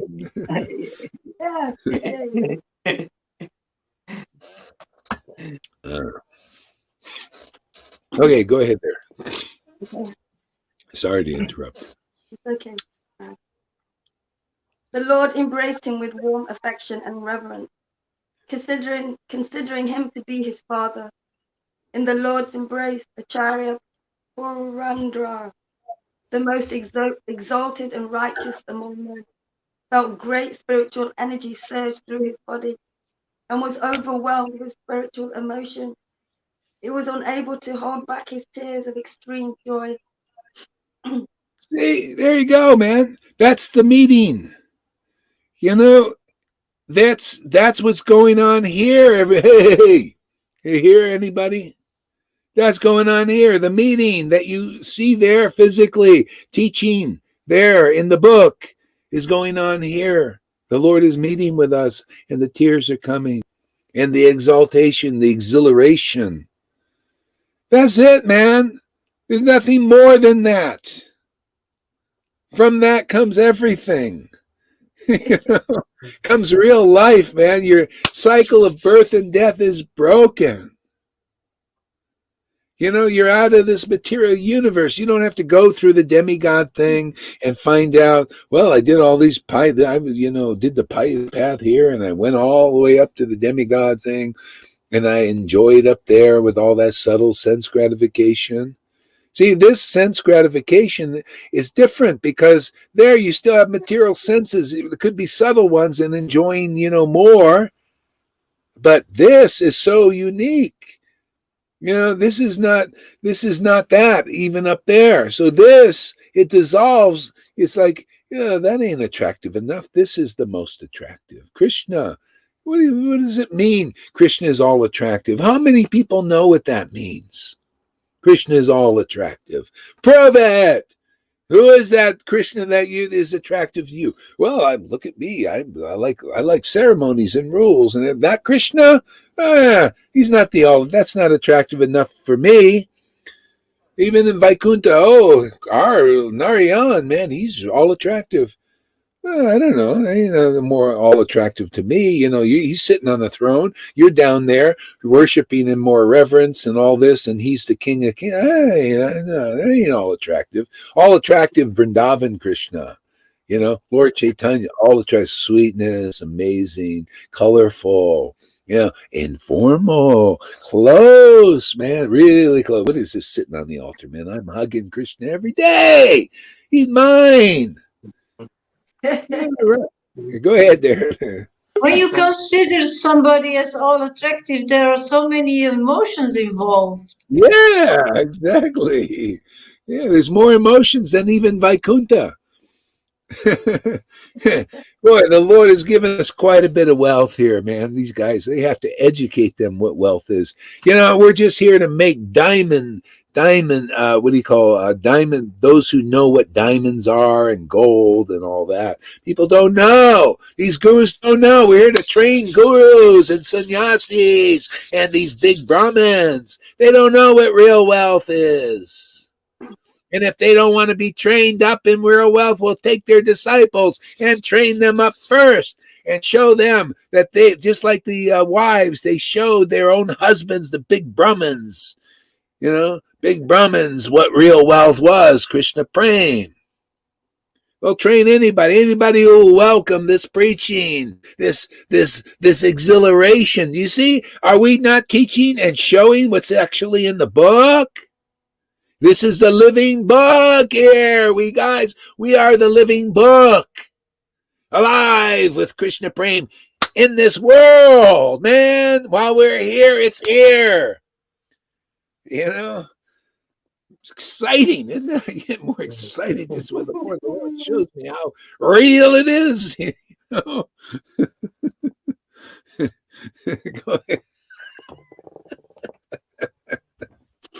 I'm sorry, I got too much ecstasy today, too much exhilaration. I get a little crazy.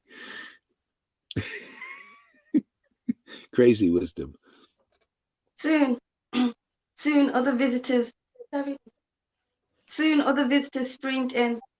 Srila Vasudev Datta, followed by Srila Shivananda Sain, and all their family members arrived to see the Lord. Vasudev Datta was very dear to the Lord, a swan-like personality. By the Lord's grace, he knew all the most esoteric conclusions. Again, see, by the Lord's grace, we understand these. Everything you hear every day is an esoteric conclusion, man. It's all because the Lord comes here, and anybody who arrives here, you get darshan of the Lord that we're getting. And that's exciting, man. You get to hear those revelations. Where do you hear these revelations? It's only where the Lord's grace is. It's very powerful. He would prove it. You want to, if people come patiently 30 days, if it takes you that long, it could take you just 1 minute, But if you're really just encrusted over, okay, well, 30 days or something, to wake up or something. But yeah, this is where it's at. This kind of thing, the Lord is coming here, and you want to meet the real Lord. You meet him here. This is his meeting place. There's a meeting place to go where you meet with people, right? Well, this is the meeting place for the devotees and the Lord. We meet with the Lord every day. And if anybody else, amen, the question you should ask is, have I been to a meeting place where the Lord shows up? And that Lord is transcendental. He's not a material Lord. He's not, I went to the temple, man, and there was a big ceremony. The flowers were there. They were putting water and the conch was going. Yeah, I went to meet the Lord. I met the Lord. No, I say, no, you didn't meet the Lord yet. Not the transcendental Lord. Maybe mode of goodness Lord type thing.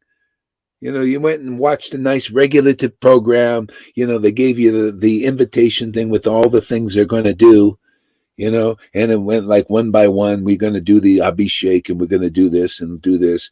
Yeah, you went to, I saw the Lord. No, you didn't quite see the Lord yet. Even like Bhakti Siddhanta, these people were going in, looking at the deities there, and he's giving class and they're not listening at all. He just opened his mouth and the Lord is there. you know, and they go and they're looking up there, and he said, you see that? They're just getting eye exercise. Yeah. Exercise of the eyeballs. That's it.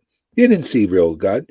The God was coming through his voice, man, the vibration, the truth. And they're just going doing thinking, well, we're going to meet the Lord. See, that's the Lord most Vaishnavas meet. They get good eye exercise until you come here. You come here, then you listen to this vibration, and something going to get some substance, man. Go ahead, Tom. Yes, I feel there are a lot of levels of understanding what it means to come here. Yes, yeah. People can understand it a little bit, or from this angle or from this angle. So I feel it's important to tell to everyone from their own position what it means to come here. Yeah, from their own. Oh, yeah. So what is it? In the individual. Yeah, exactly. Yeah. So tell us, what does it mean to you coming here? So just starting with the material coming here, I can go to Facebook on that level, yes, and watch from there, or I can come here in this StreamYard. That's a little closer, yes. That's on that's the material level, yes. Yeah. It also brings this approximate this closeness and more near, yes. But then there are different levels of coming near. I can come near and adjust my timing to your timing. That's also coming near, yes. Well, I can.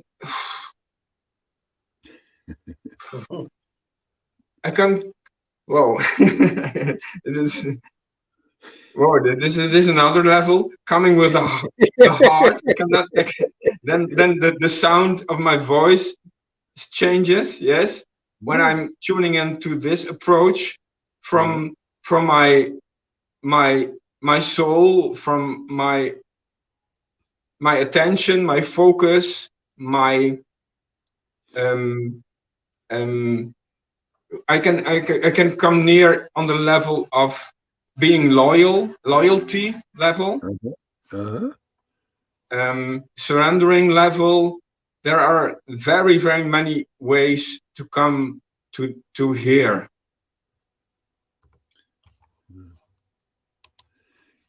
Yeah, that's great. That's awesome. You have a unique approach.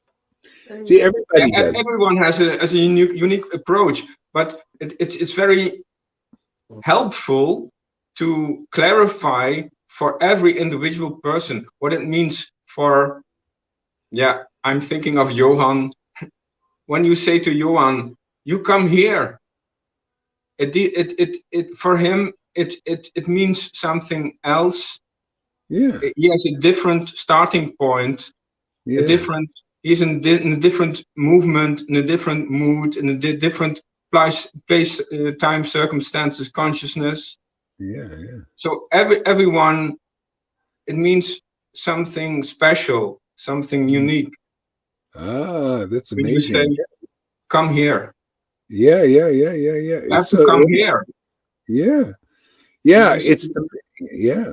Because the meeting place with the Lord and our soul individually, has a unique experience with that. Yeah, it's amazing. Yeah. Here, read this, Tom.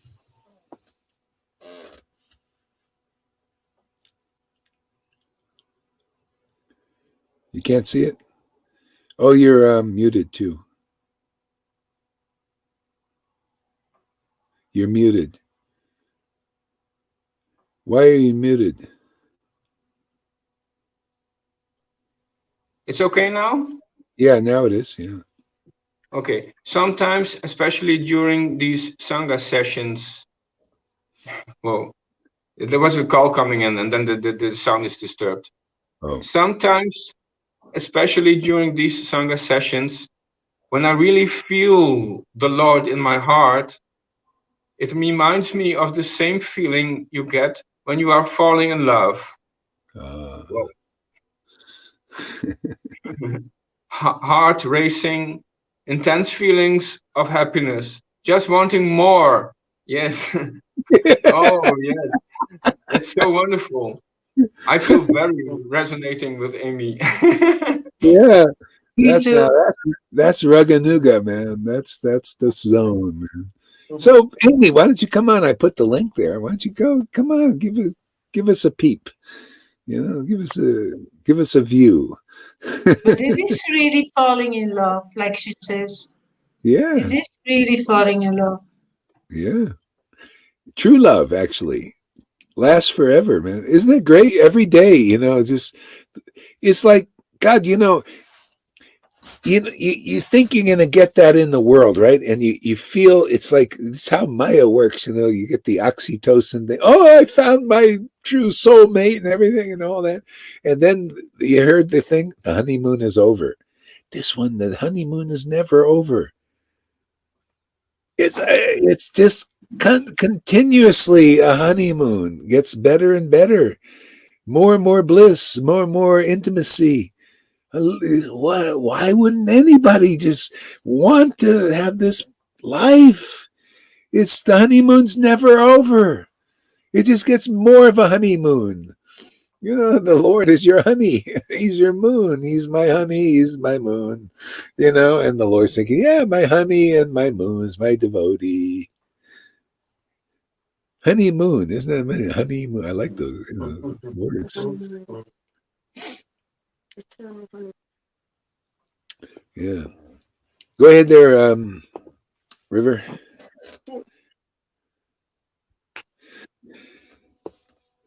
He was constantly reflecting. He was constantly reflecting on how to properly benefit all living entities. Compassionate to everyone, he was perpetually absorbed in thoughts of Sri Chaitanya, deeply immersed in Sri Chaitanya's prema rasa. He never looked for faults in others, but always praised their good qualities.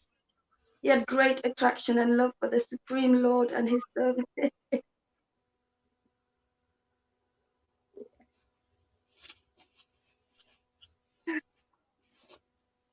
and was always respectful to the Vaishnavas, rendering humble service to them.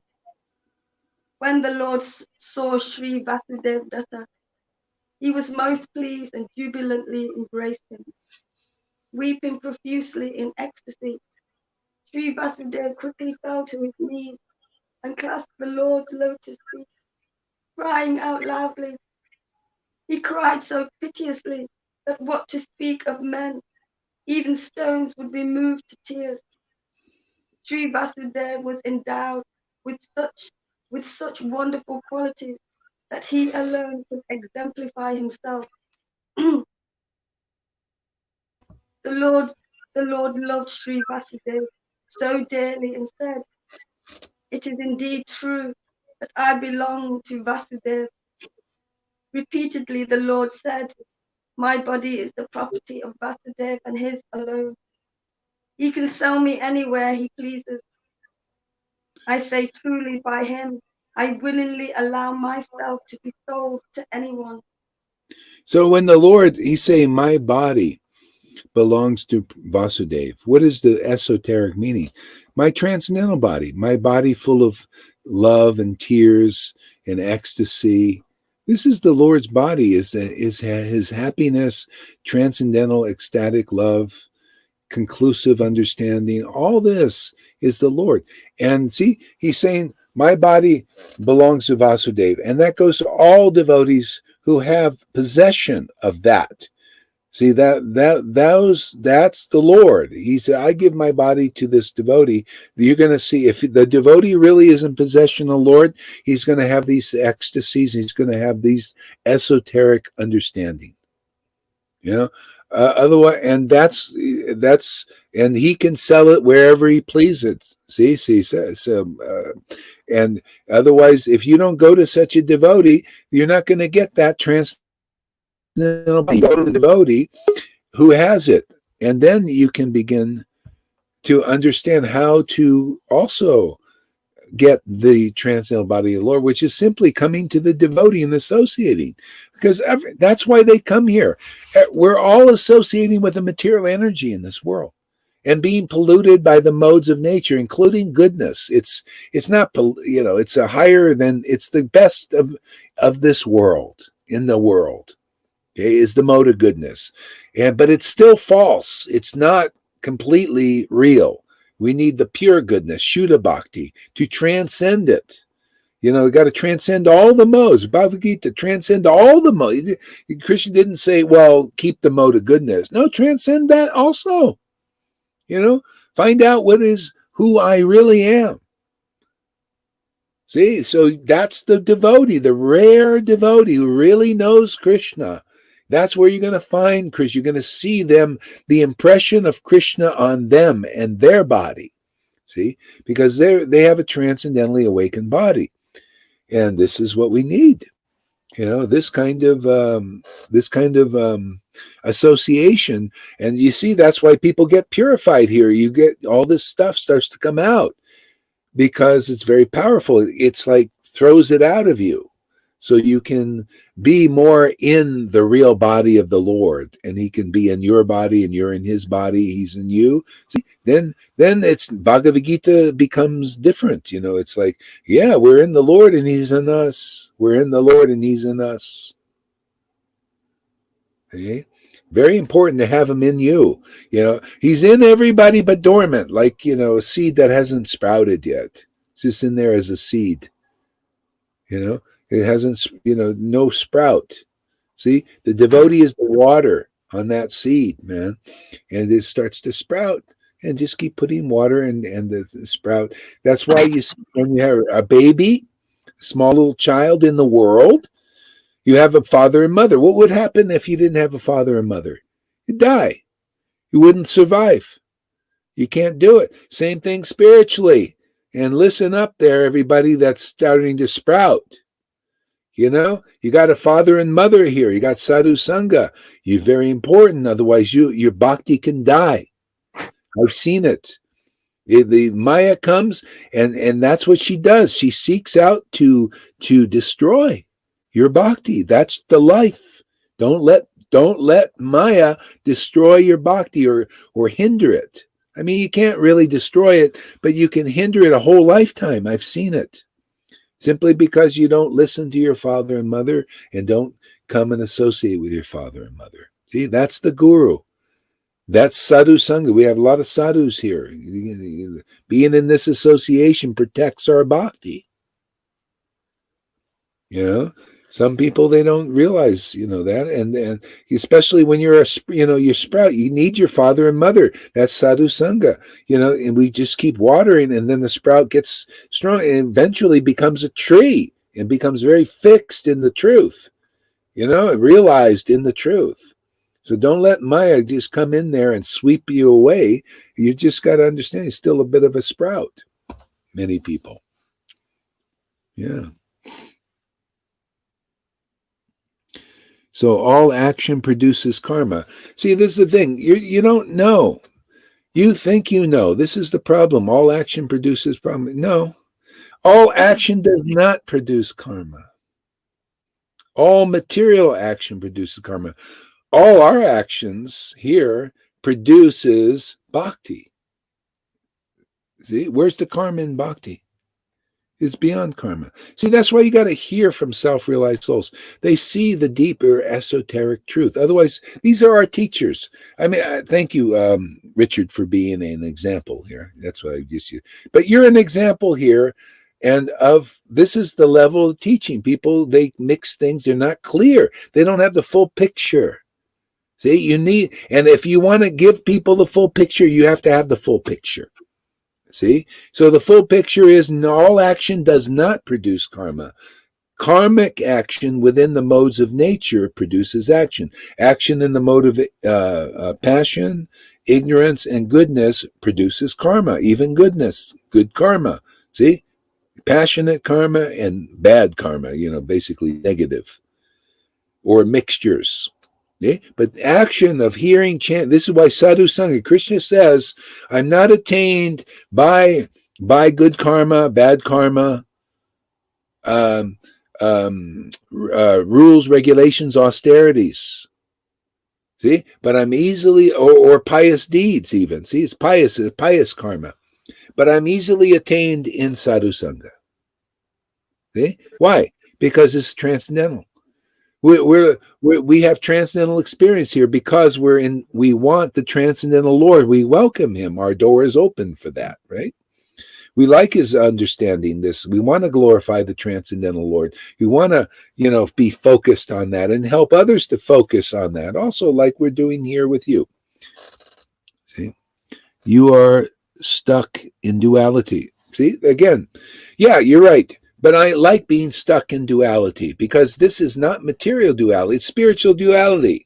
See, you're stuck in oneness. I'm stuck in spiritual duality. But I like being stuck here. I'm a slave of spiritual duality. I'm a slave of in my spiritual identity, eternal identity, I'm a devotee of the devotees of the Lord. I'm a devotee of Krishna and Radha and Lord Chaitanya and their devotees. I'm stuck in that duality of seeing myself as a servant of those lords. Yeah. And I love being stuck. But as far as you're stuck in striving for this oneness with God. See? So you're stuck there. And if you want to, if you stay around long enough, I'll prove it to you that you're stuck in oneness. And you can't get out except with the help of those who are stuck in spiritual duality. Stronger, it's better, more juicy, man. More tears. Maybe you don't even cry. I don't know. But man, this is a party, man. Oneness is nothing in comparison to this. This being involved, because it's just like being in the world. You see, in the world is a reflection of the spiritual truth, the highest one. The highest one is spiritual duality, and the lowest one is material duality, and the in-between phase is oneness, understanding Brahman. See? So, people are having parties here and enjoying the world and destroying their bodies because of excess. See? Here, we're enjoying the spiritual party to the point of excess even, and all it does is enliven our spiritual bodies. We become more intelligent, more ecstatic, more happy. That's being stuck in spiritual duality. But it's not being stuck at all. I'm just using that word. I'm sticking to it is a better word. I'm sticking to the spiritual. I love this, being a devotee, worshiping Krishna and Lord Chaitanya in their names. See? This is something those in oneness don't even know. This is so far beyond it. That's why you need a Vaishnava association to understand this, because most people are just stuck in that level. They're stuck. To me, that's stuck. You're stuck in oneness, my friend. That's being stuck. I'm unstuck. This, and I'm sticking to this level because it's stronger, more juicy, more wonderful. I know that level. I've experienced that. That is not as strongly attractive as this. Let's see what Richard says. Spirituality is oneness, is it not? It's okay. Well, see, that's the thing. That's one level, is the oneness. Because in a sense, okay, let's look at it. Let's look at the full picture like this. Okay, there's oneness. We're all one in one sense because of one energy, right? You got life, the same life, right? Same energy, same life. It's one. We're all one in that sense. But for devotees, it's different. There's one and difference. See? Lalita's Lalita, Gaurahari's Gaurahari, river is river. And we taste each other's essence. See? There's oneness and the simultaneously difference, uniqueness, individuality. Just like there is in this world, there is on the spiritual level too. But you need a Vaishnava to understand these topics. Otherwise, you're stuck in the oneness thing. You're thinking oneness, it's just unclear. If you listen long enough, you'll see this makes more sense. This is more clear, and it's more joyful and more ecstatic.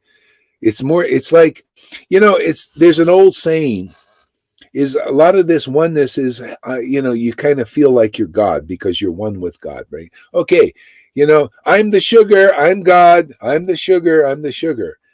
But more realization is, oh, well, that's nice that you're one with God and all that. But I like to taste this sugar. This is devotional service. I like to taste this God, in my position as a devotee of the Lord, because it's a continual taste, not just this homogeneous oneness, salvation they call it, or oneness or Brahman. Okay, it's homogeneous. This is tasting these varieties of different transcendental sweetnesses, and this is melos. This is what we're teaching here. This kind of stuff. No, none. No, no, none. Well, of course, God conscious. Well, no, no, none. What is that? I don't know what that.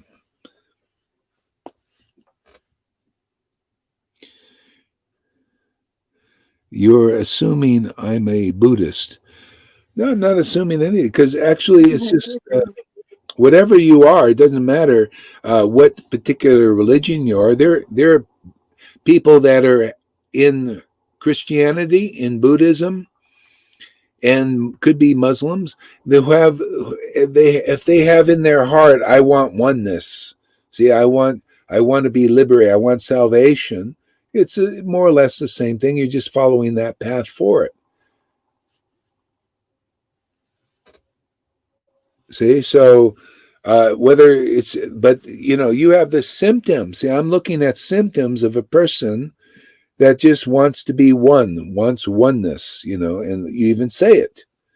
And you can't understand this spiritual duality yet because it takes time. You have to associate with those who are, if that in your heart is touched that, oh, I want to go deeper, then you'll associate.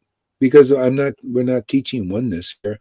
We're teaching oneness and spiritual duality, which is not it's not material duality at all. If you stay here long enough, you'll see it's not material duality. There's nothing, you won't see me crying over a man or woman, except in the Radha and Krishna.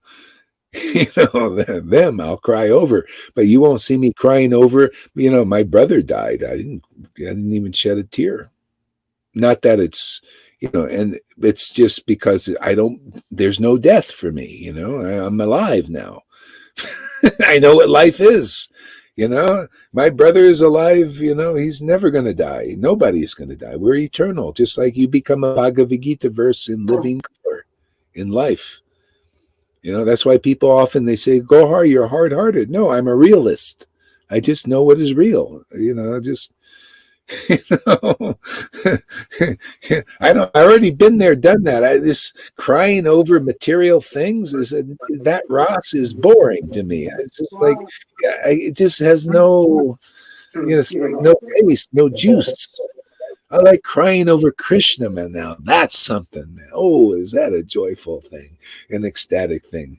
Even in separation or union, man. That's life, isn't it, Lalita? That's the real life, man. Crying over a man, woman, or your mother or father dying. What?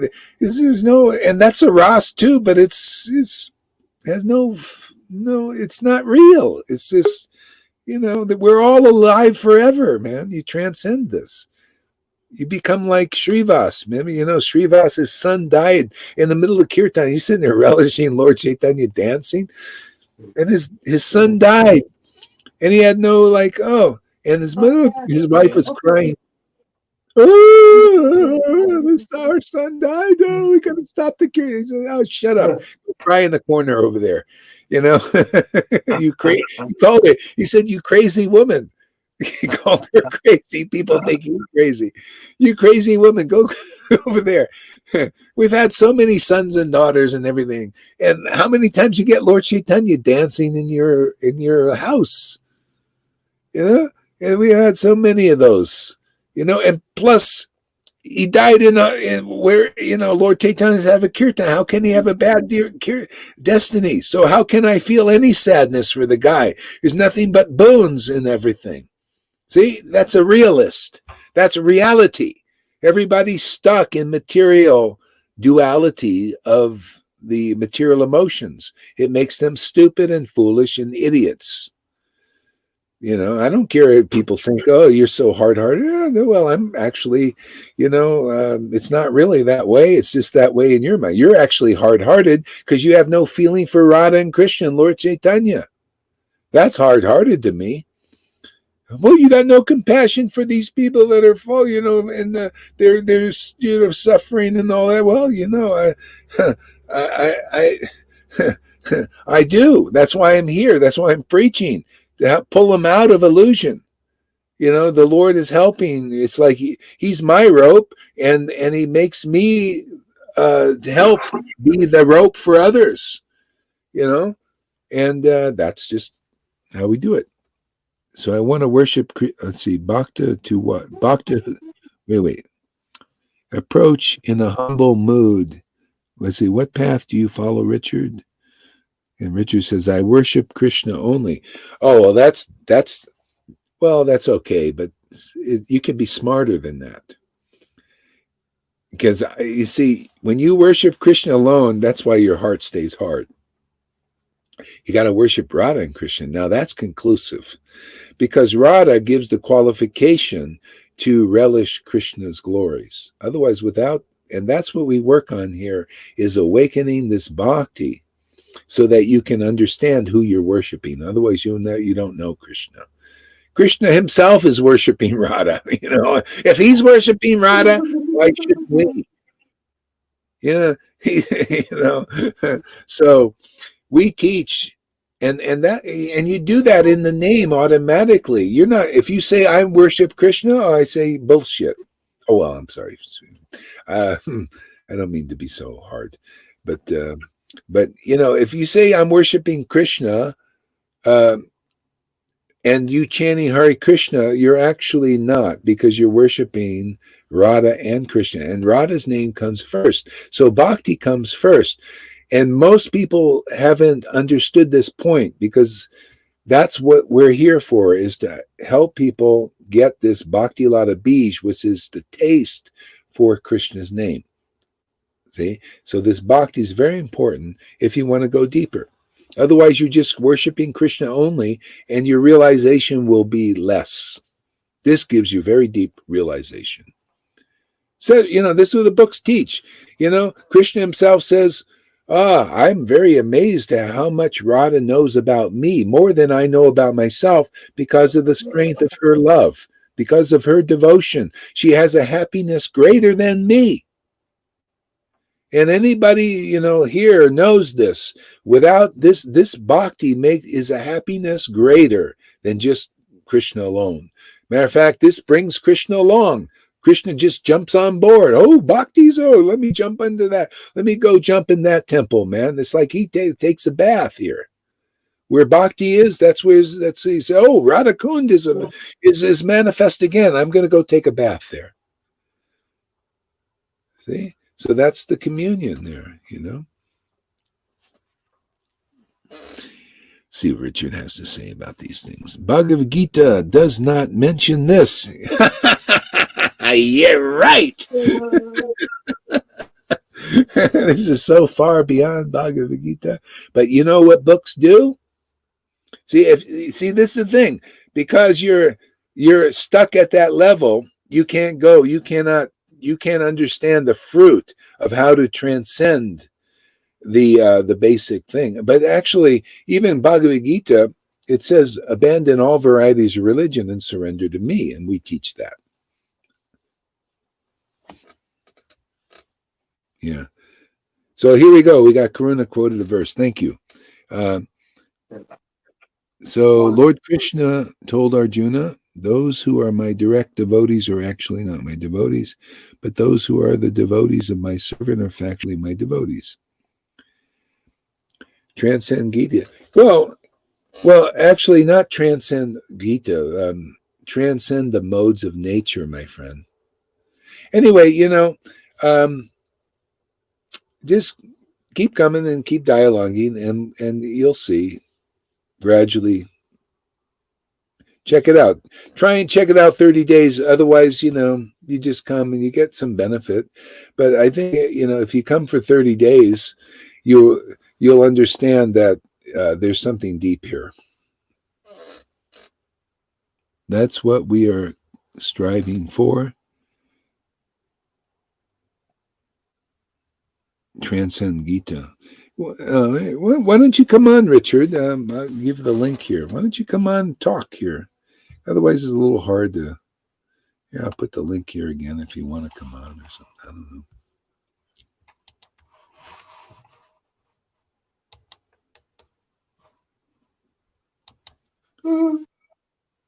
Okay, the link is there if you want to come on. All right, go read some more there, River.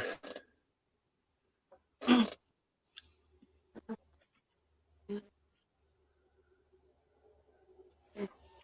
start this paragraph from the beginning. The Lord loved Sri Vasudeva so dearly, and he said, "It is indeed true that I belong to Vasudeva." Repeatedly, the Lord said, "My body is the property of Vasudeva and his alone." He can sell me I mean, you anywhere. see, that's the exclusivity. If you're actually really really devoted to the Lord, the transcendental Lord, the body of the Lord is your exclusive property, and if anybody wants it, you got to go to a devotee. But they're very rare. Prabhupada said it's very rare. Also, here we go. We got Richard here. Hey, Richard, welcome. Hey, how's it going? How's it going? Good. No, I meant no disrespect. It's just that I've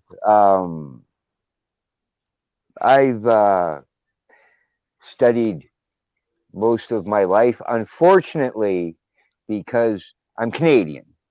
Because of my isolation, I don't get the opportunity to associate with other devotees. So it's, and well, you know what it's like online and Facebook and stuff. Everybody's just trying to hustle your ass and stuff, right? And I don't mean to be I don't mean to be disrespectful or anything else. It's just I'm seeking for something more than just this isolation that I'm a mystic. I've studied mysticism all my life, and I discovered the Gita. The Gita and the Upanishads have been sitting on my shelf for about 20 years. I picked them up at a yard sale, never read them. Until about 20 years ago, I picked up the book, and I was going through a rough time in my life. And I'm looking, damn, this is what I've been looking for all my life. But I mean, it's hard to find others. And that's why I asked the hard questions, because I have been sucked in, and there's a lot of scammers out there, right? Yeah, absolutely. So, but I mean, I've been sitting on the sidelines, kind of sandbagging there, watching you guys, and you guys are asking the same kind of questions that I ask. It's just I'm not used to. I don't trust people very much. And that's a sticking point for me. So, but thank you very much for inviting me. I appreciate that very much. I've been trying to find. Yeah. Oh, go ahead. It puts a whole different light on things, meeting the person. It's great. I love it. Well, yes, it does. And it's like I mean, like you say, it's like I haven't had the privilege of association. So it's hard when, I've read pretty much all of Prabhupada's books. I have a great respect for Bhaktivedanta. ISKCON, there are certain aspects and certain changes that have occurred that when I started actually looking for a place to be and to worship, that I started discovering that they're just not following what I perceived as what bhakti was all about. They're getting into other things. They've changed things. And To me, the truth is eternal. It doesn't change with the times and people's opinions like most religions. We're members of a faith that is millenniums old, beyond our concept of time. And some people just don't get it.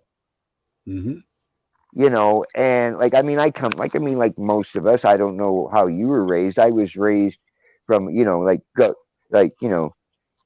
act like you believe in God and turn around and be a good person on the outside, but do all sorts of crap, off the books kind of thing, and show up to church on Sunday.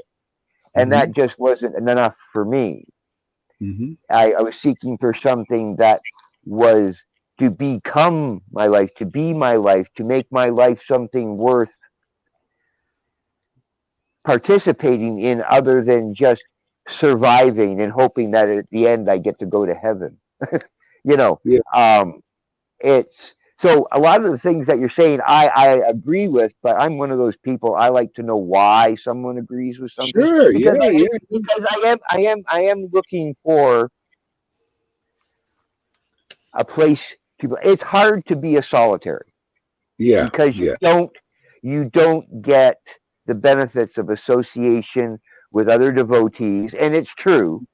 You do get hard-hearted in the pursuit of oneness. You become very mechanical, I think is I'm assuming that's what you're attempting to Yes. Exactly. to avoid, to transcend, is that mechanicalness of Yeah. no, but I mean, like you say, it's hard to See, bhakti is the juice, the creativity, the life. It's the life of Krishna.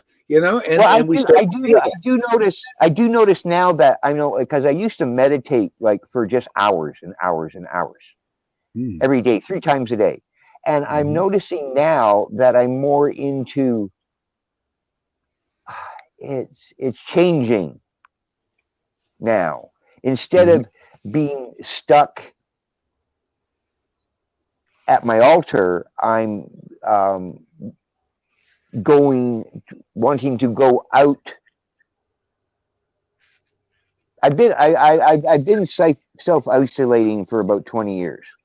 Oh, And I'm trying to get out of that habit, because you do get, it's a dangerous practice if you don't have others around to keep you focused in the right direction. And I think, like I say, I've never been in a temple.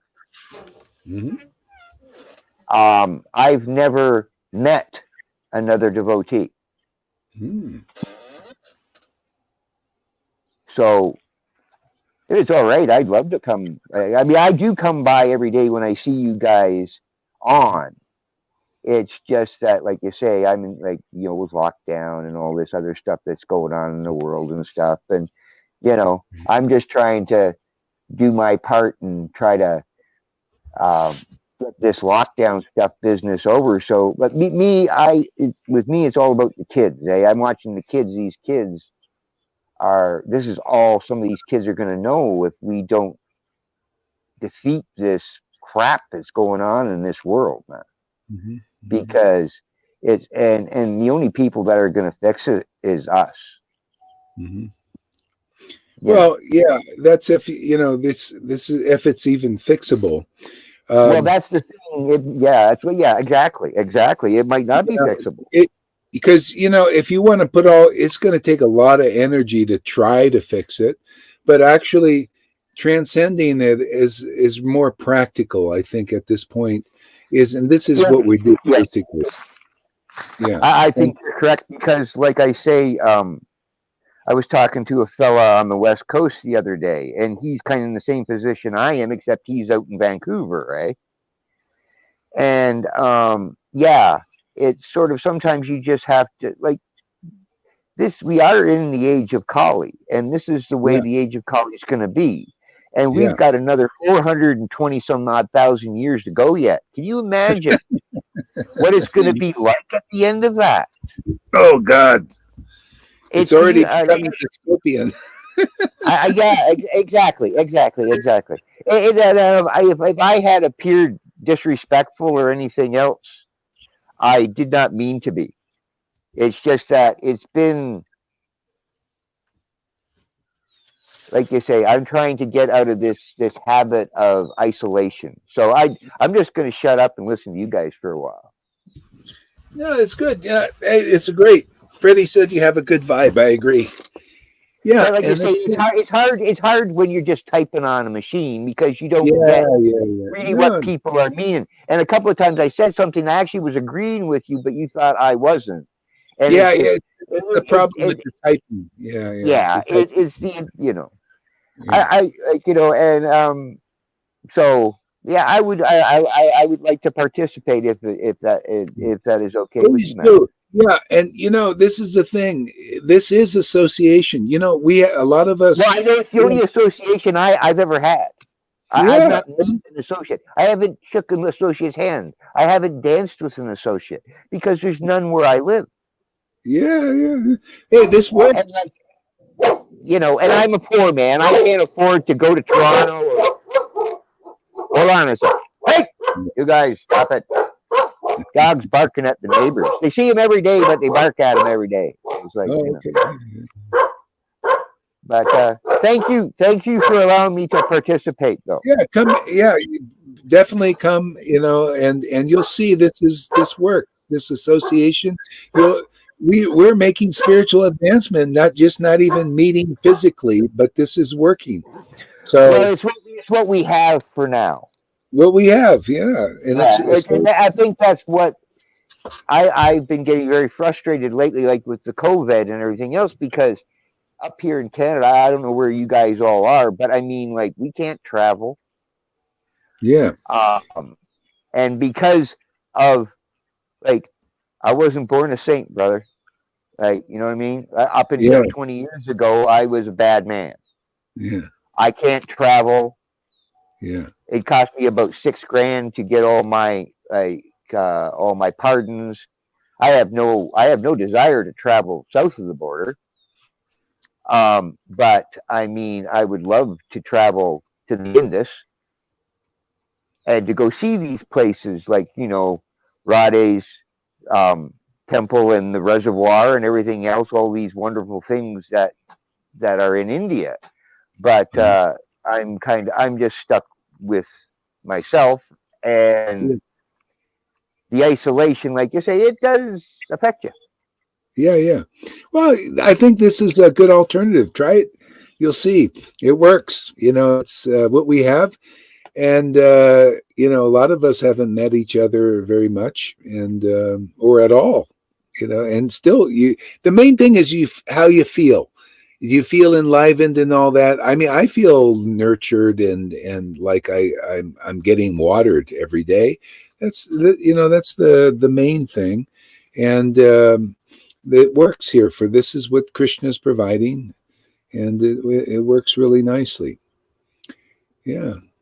So anyway, I think we all agree.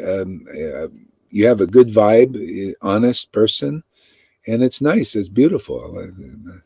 It's fantastic. Thank you for welcoming me. I kept wondering how to get, but it's strange days that we're in now. Yeah. And I think it's time that I trusted again and went out in the world and participated, because for 20 years I kind of I was married twice, had 2 common law wives, raised 3 stepkids. They're all screwed, blah blah blah blah blah. And it's time for me to make amends for the things that I may have done wrong.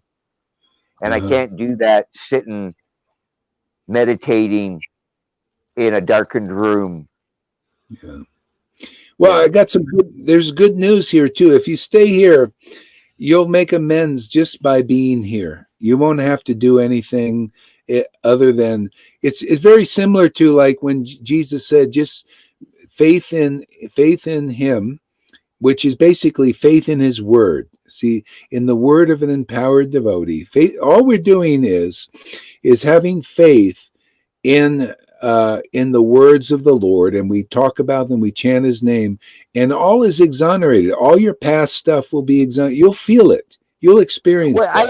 I do to a point, but I think like I've achieved all I can do on my own. Yeah. I need the association of fellow devotees, and it's just been very hard for me because Yeah. I've done things, I've hurt people, Yeah. they've hurt, I've been betrayed. Like I say, it's sort of like, you know, the two twin brothers that that that were turned into trees because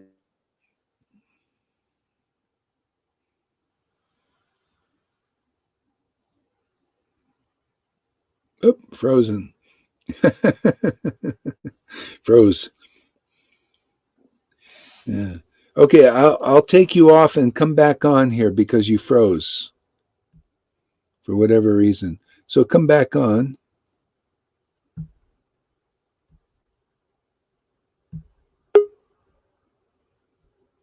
You have to come back on. Yeah, so all that stuff will just go, all the, feeling like guilt for all that will go. Krishna will forgive all that. It's all just Maya. A lot of times we feel I'm responsible for that, but actually it's the Lord's Maya. We're just caught in it and we're just forced to act. See, so it's the Lord's Maya. We're just forced. We've fallen into that, and we're forced to act like that.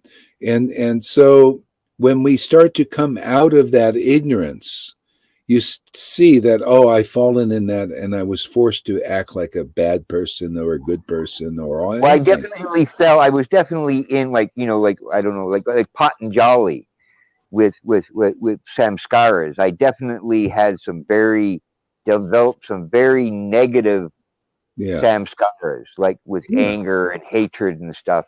And like, I mean, I was angry for half a century, man. Like, I mean, I was pissed off. Yeah. Well, You know, that's not a way to live, man. Like, I mean, like it made me very ill. Yeah. Very ill. Yeah. So now you're on your way out. You're on your way out of all that. So just stick around and come regularly and you'll see all will be well. You'll be very Now, how happy. do I like if you guys are on? Do I just come on and I just say, could you flip me the link, or how does that work? Well, you just go and look say if you come on late or something, the link goes far, away. So there's a couple of ways. Either the link is on my timeline. Okay, you just go to my timeline and get the link.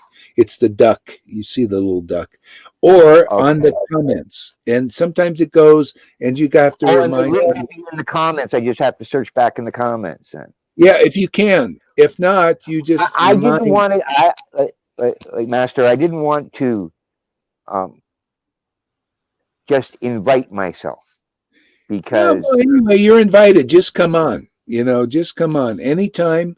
No, don't think that should I come on. Just come on, man. I love it. Just come on. Don't be shy. Just come on. Matter of fact, I'm always kind of like pissed off that people don't come on more. And you'll see that. Well, I see. No, I see. You really, it's hard because I know. About 5 years ago, I lived in a small little community in another town, and I was kind of the go-to guy. I was kind of the guy that kind of protected everybody because it was a bad neighborhood. It was called Crack Alley, and we had a lot of stuff going on, and I was sort of the guy that used to watch out for everybody. And yeah, that was fine as long as it was other people that had the problems. But when I fell into trouble and I needed some support from these people in this community, they just sort of like turn their back on me. So I have a lot of trust issues when it comes to that kind of thing. But Sure. it's time for me to get over that. Mhm. And I think that you people can help me with that. Oh, good. We'll just see what Krishna does. It's kind of natural here to get over that because people are caught up in the Maya, which makes them act narcissistic. You know, narcissistic. More, Yeah, it's about me and all of that. Here, it's just you become so kind of full with God. You know, you become like kind of good-hearted, magnanimous. You know, you just want to share. It's just natural. It's a very wonderful thing, and it comes by association. Just come regularly, and yeah, you'll that's see. what I've been missing. That's what I've been missing. I've been missing the association of other devotees, and I think that's like you say. That's why and you were true, and you were right, and that's I got a little ugly about when you called me hard-hearted, but it was true. We're all hard-hearted. We need No, Radha's. no, but it's true. It's true, and that's why, like you say, that's why we need association. And it's I've never had that. Yeah. So, You know. oh, by the way, Amy, try to come back again. It wasn't coming, so give another click on the thing and see if it'll work. Sometimes it's doesn't. Yeah, I Yeah. see someone beside me. They're trying to come in there. Yeah, there was somebody, but then I kicked off, but come back on because and then there we go. Let's see if this works now. Yeah, the internet and stuff is acting really odd lately. Have you not noticed? Like really odd. Yeah. Well, things will probably get odder, you know, just it's just we're living Well, I in. know they're trying up here, like Trudeau with this bill, what at F10 or some bloody thing when they're trying to control what the hell we can say on the internet and shit. Oh yeah, Sorry, you know. but I mean, it's like like he's not his dad, man. His dad must be spinning in his grave, man. Like he is not his father, man. Yeah. Well, you know, the thing is, the bottom line is this is why I say we need to transcend this because everybody's fallen into this ocean of darkness, you know, more or less. And this People are vibration, waking up, though. People are waking up, man. A lot of people are waking up, but they don't know what to do when they wake up because there's no one there to help them. Yeah, well, we can help if they're interested. Well, that's what I mean. It's like, you know, and it's like because I mean, like the amount of ignorance, like especially with just everyday stuff now, people are just getting to the point where it's just everyone's just fed up with everything. Yeah. And they don't have the everyone's heart is getting hard now. Yeah. Oh, it's just natural. It's just the Maya illusion. You know, yeah. Anyway, here is an opportunity. The more we get juiced up, the more we get free. We just automatically help others. People, the vibration changes of the whole universe. Actually, this is powerful here. And by the way, Amy, what you need to do probably is restart your computer or whatever you're using, phone or computer, and it'll be all right. Probably just needs a little more. Just restart. So just do that, and then it'll be okay. Probably. Yeah. So yeah. Anyway, this is people need help.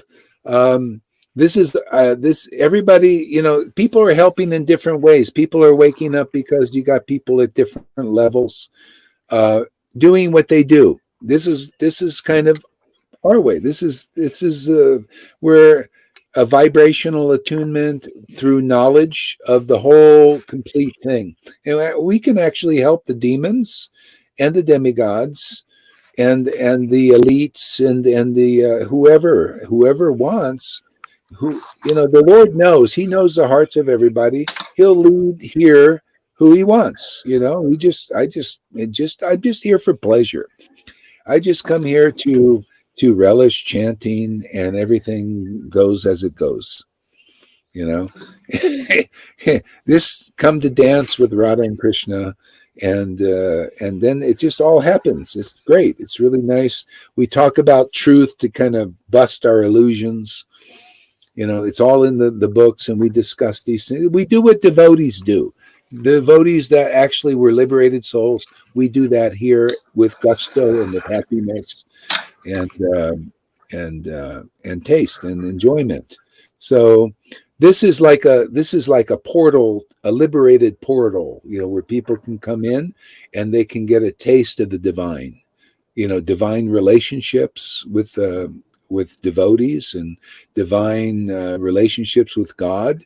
You know, it's kind of that kind of place. So, River, read a little. Yeah, read us a little bit there.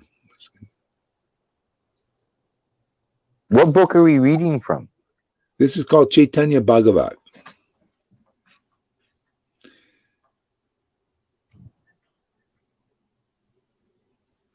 Chaitanya Bhagavat is the Leela of Lord Chaitanya. It's one of the books. Authorized books. I like that. Yeah, those. I haven't got. I've got. I think I have the first one in the series. There's like, isn't there like 12 of them? Isn't there? No, that's the Chaitanya Charitamrita. This is Chaitanya Bhagavat. Another. Yeah. Yeah, I don't think I. No, I have not read that book. Thank you. Okay. Yeah, no problem. Go ahead, read. Okay. I say truly by him I am willing to allow myself to be sold to anyone. So that's Lord Chaitanya saying that. A moment's association with Sri Vasudeva Datta can bless anyone with Sri Krishna's perfection from all dangers. O Vaishnava devotees, please hear me. I say truly that Sri Vasudeva owns me completely. Whoever is touched by the breeze over his body will be always protected by the Supreme Lord Sri Krishna. Isn't that amazing how auspicious association is with devotees? This is what's being provided here. This kind of association. Here we have devotees like this that are claimed by the Lord, and the Lord is appearing in their temples, and that's why I say we help the world by just allowing the Lord to work through us, to express His mercy through us, you know, and it shows you. This is the thing. None of us can, you know, I speak for myself. I don't consider myself anything like Vasudeva Dutt, but still the Lord is working through us here. We can feel the symptoms of His presence being here very strong. And so that kind of blessing, the Lord from His own mouth is saying, the breeze going by my devotees blesses the world. Come on, man. It shows you how important the work is we're doing here. You know? You know, this breeze, this is a breeze. This is the breeze of the Lord, actually. You know, the expression, the bhakti, the devotion, the knowledge. This is His breeze to us and through us into the world. Those who just come by and just even get this breeze are benefited. It's pretty powerful. I don't know anybody that can overturn things like that. You know, we're just a breeze coming through. You know, it's amazing. Go ahead. We've been stifled for a very long time. Yeah. Let's see if Amy makes the trip. Now there she is. Hey!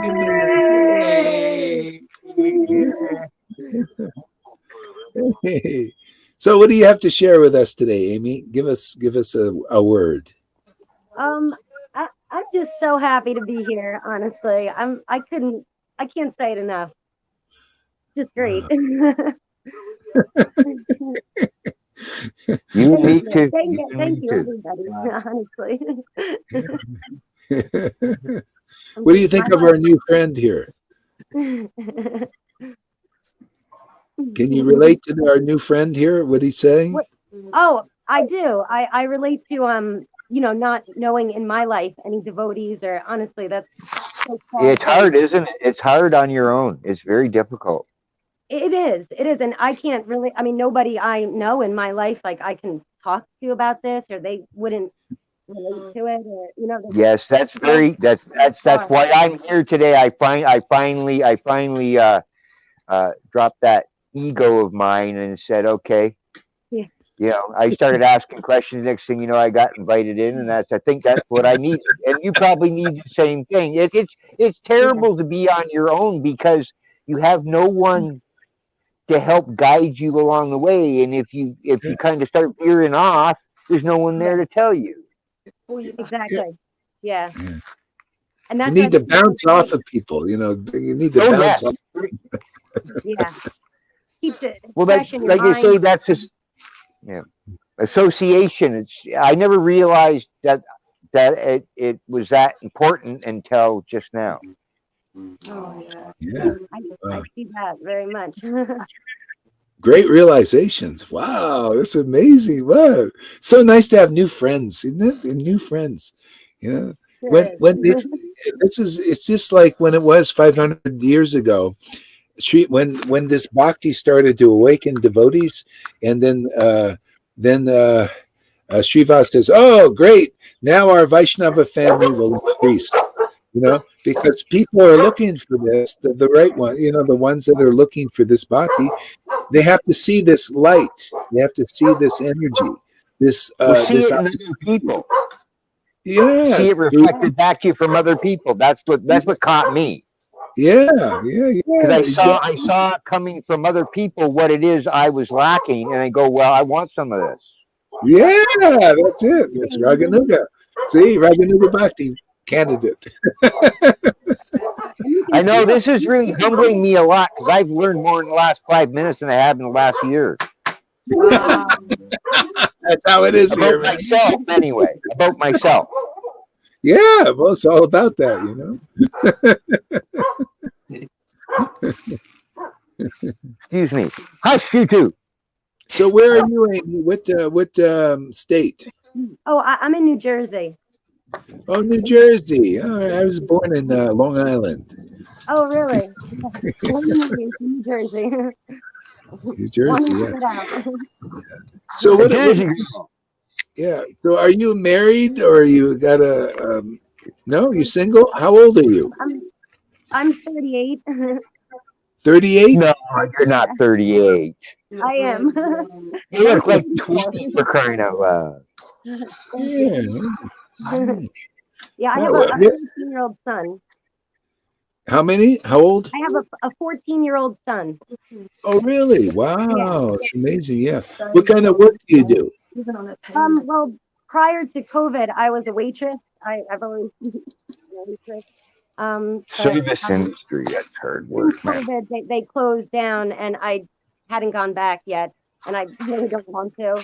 So I'm sort of in this, in between state right now where I'm not working, and I know Go to school.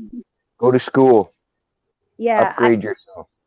I actually went to college and oddly stopped going when I had 3 classes left to get my bachelor's degree. This was many moons ago, but yeah, I hear you. But I think I didn't really, I wasn't really interested. I didn't want to go down that path, I guess. I don't know. I've thought about waitress is great. You like waitressing, right? I like it for the fact that I interact with people, and that's a hard job, man. The service industry, that's hard work, man. That's hard work, man. Yeah. Well, she's still young. Yeah, that's hard work. It's gratifying when you can make someone smile, kind of thing. Some restaurants, it's like a big part of their day, and you get to know regular customers. So that's the part I liked about it. Yeah. Well, that's good. Yeah. Yeah. That's good. Was it a bar? Was it or a restaurant? I've worked in a lot of different restaurants, but mostly like diners. Like I like the morning shift, so kind of get into that. Busy, yeah. Yeah. So. Yeah. But I'm kind of over it, I feel like. Go back to school. Follow your heart, man. Yeah. guess I got to figure all that out, you know. Oh, you will, I'm sure. What the next step is. Yeah. Well, I'm Okay. taking Yeah. So go. before COVID, I was taking courses, and I still am. I'm an alcohol and an addictions, drug and alcohol addictions counselor Mhm. Okay. for the peer support. But COVID, I had to stop taking the courses. But that's what I've always like. I've been shooting for that for the last couple of years, and like COVID doesn't help because then you don't know what to do. Yeah. Yeah. Yeah. Okay, River, read some more. Read some more. River. The devotees became jubilant, hearing the Lord shower such causeless mercy on Sri Vasudev, and loudly chanted the holy name. Sri Gaurasundra is extremely adept in glorifying his devotees to illustrate their glory.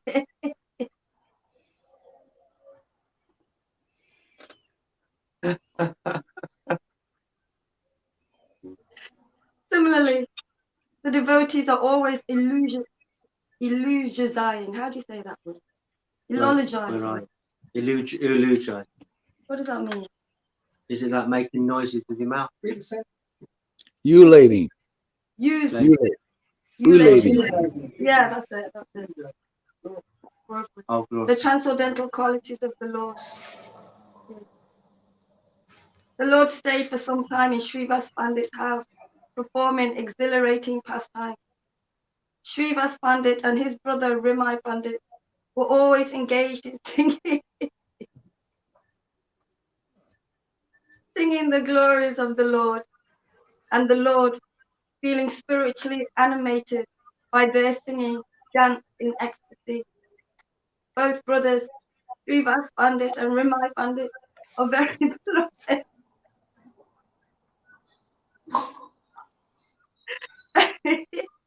beloved of the Lord. In fact, they are like two expanded bodies of the Lord. Srivas Pandit always pleased the Lord in many ways by performing kirtan, discussing the Srimad Bhagavatam, and maintaining proper standards of Vaishnava etiquette. Surely, in the house of Srivas Pandit, the Lord performed some of his most wonderful pastimes. On the day, the Lord called Srivas Pandit aside and asked him confidentially about some family matters. The Lord said, I see you never go anywhere. How will you manage to make ends meet in the family? And how are you doing this presently? Srivas Pandit replied, My Lord, I have not the heart to go anywhere. The Lord gently prodded the subject further, asking, You have a large family to maintain. How then will you look after them? Srivas Pandit said, Certainly, whatever is my destiny will come as provision. Each person receives his due. You will surely find whatever providence provides. We shall manage with whatever comes our way.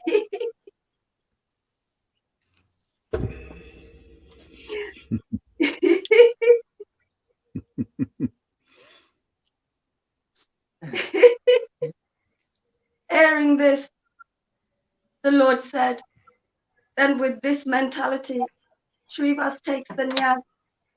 Srivas replied, This is not possible for me.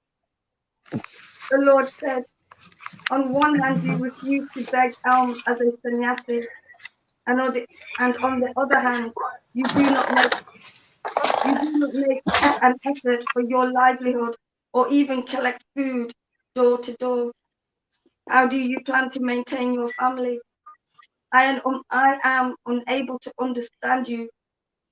Nowadays, if one does not make the effort of going hither and thither, then nothing will come of its own. Under the circumstance, please tell me what you propose to do. Srivas Pandit said, clapping his hands thrice, Here is my explanation. 1, 2, 3. The Lord insisted, kindly clarify what you have why you have clapped thrice. What does 1, 2, 3 imply?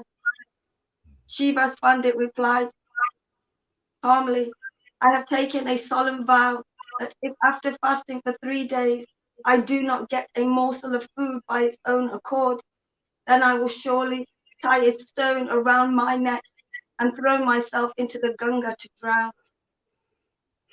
As soon as the Lord heard these words, he roared like thunder and said, what did you say, Srivas Pandit?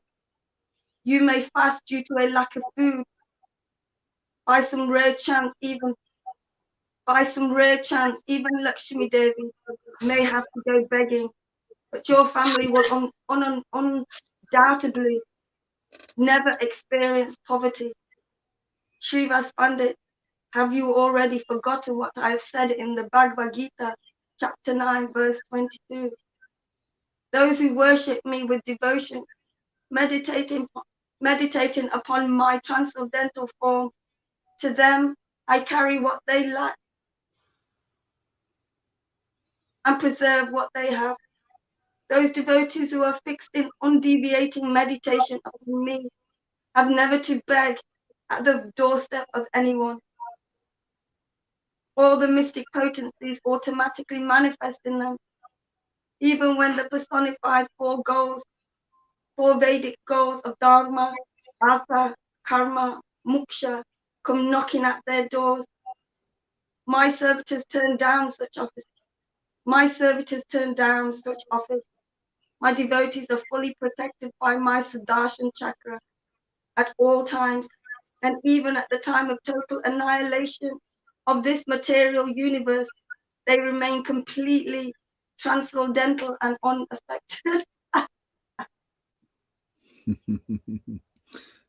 So, this is the thing with devotion. This is how it is. It just, more things come automatically because the Lord takes care. The whole thing of people are working by the sweat of their brow. It's like in the story of the Garden of Eden, where God kicked Adam and Eve out of the kingdom because they listened to the snake. The snake is the world. They became basically influenced by the world, the twisted snake. See, the twisted, then they got that association. And the knowledge, you see, they got contaminated with not that apple, which represents the knowledge of good and evil. Oh, this is good, this is bad, this is good, this is bad. Devotees transcend that, and they're back in the garden. And so when they got kicked out, God said, well, you're going to have to now work by the sweat of your brow, because you're into this, the knowledge of good and evil, and you're going to be living. This is pious, this is impious. Everybody's working hard. You transcend this. We're going back into the garden again, back into Vrindavan.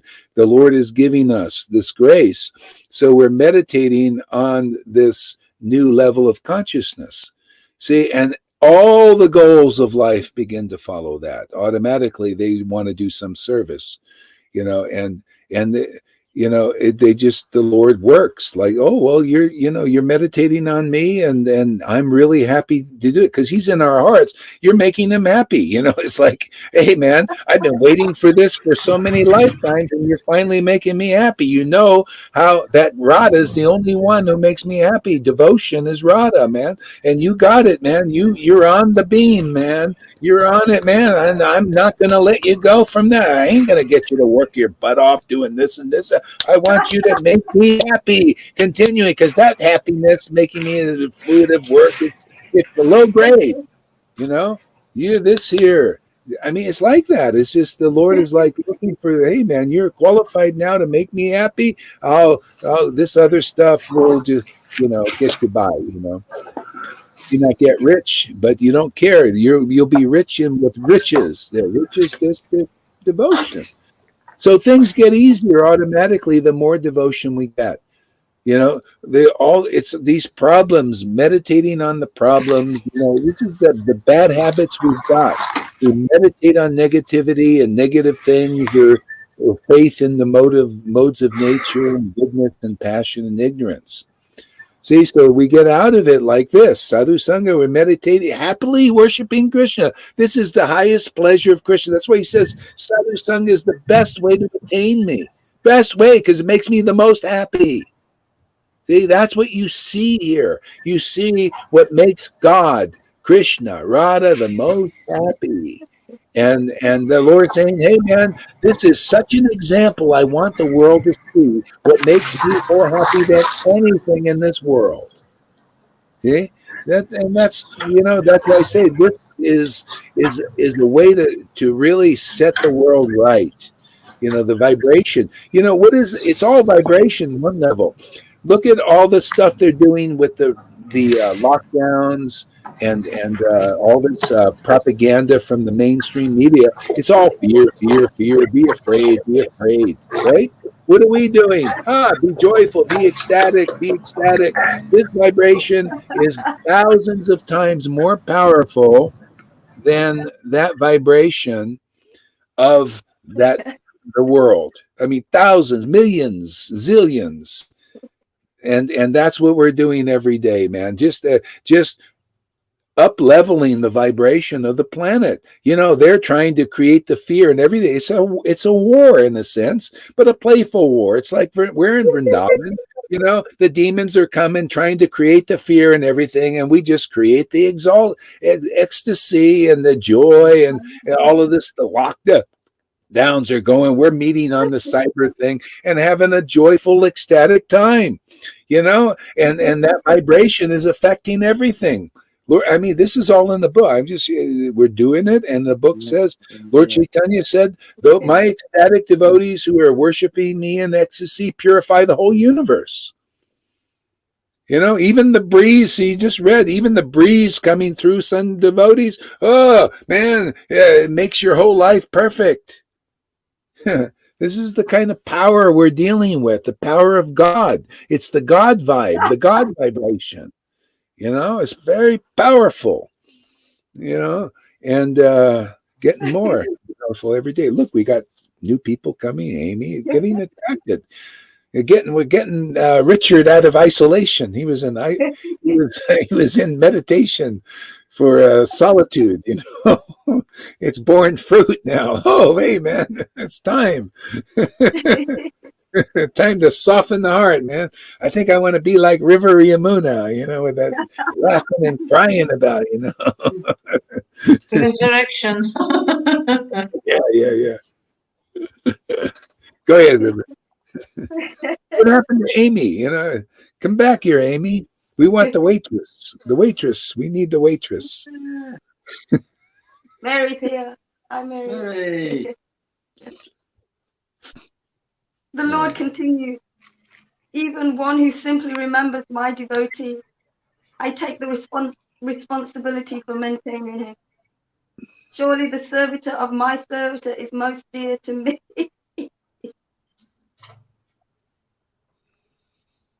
And he certainly attains my shelter. My servitors need not have any concern about their maintenance, since I take responsibilities on my shoulders.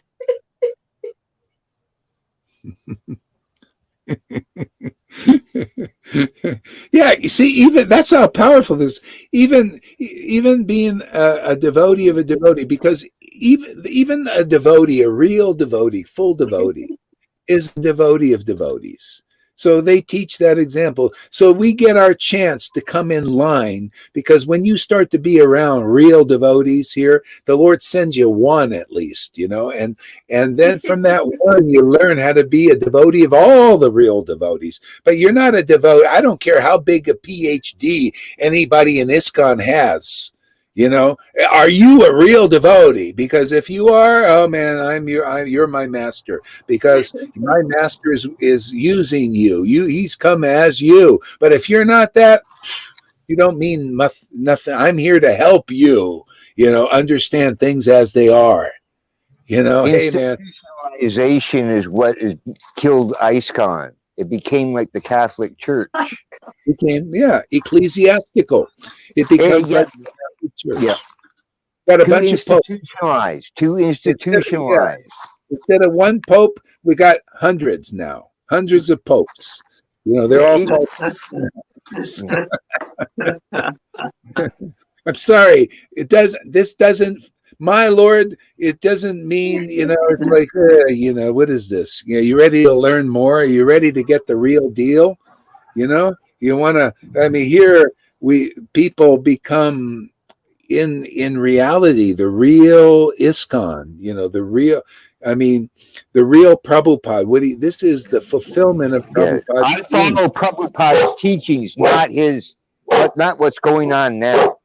Exactly.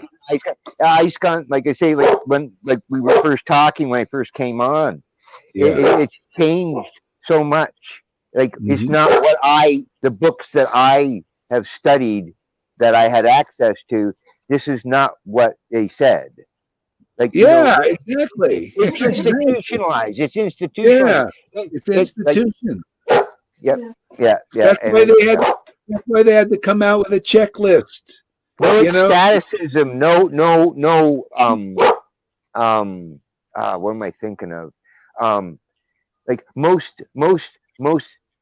in ancient times, it was most people from like a piece of shit like me, like I used to be. I was a very bad man, and all of a sudden, it's like God reaches down and goes zap. He says, "I want you."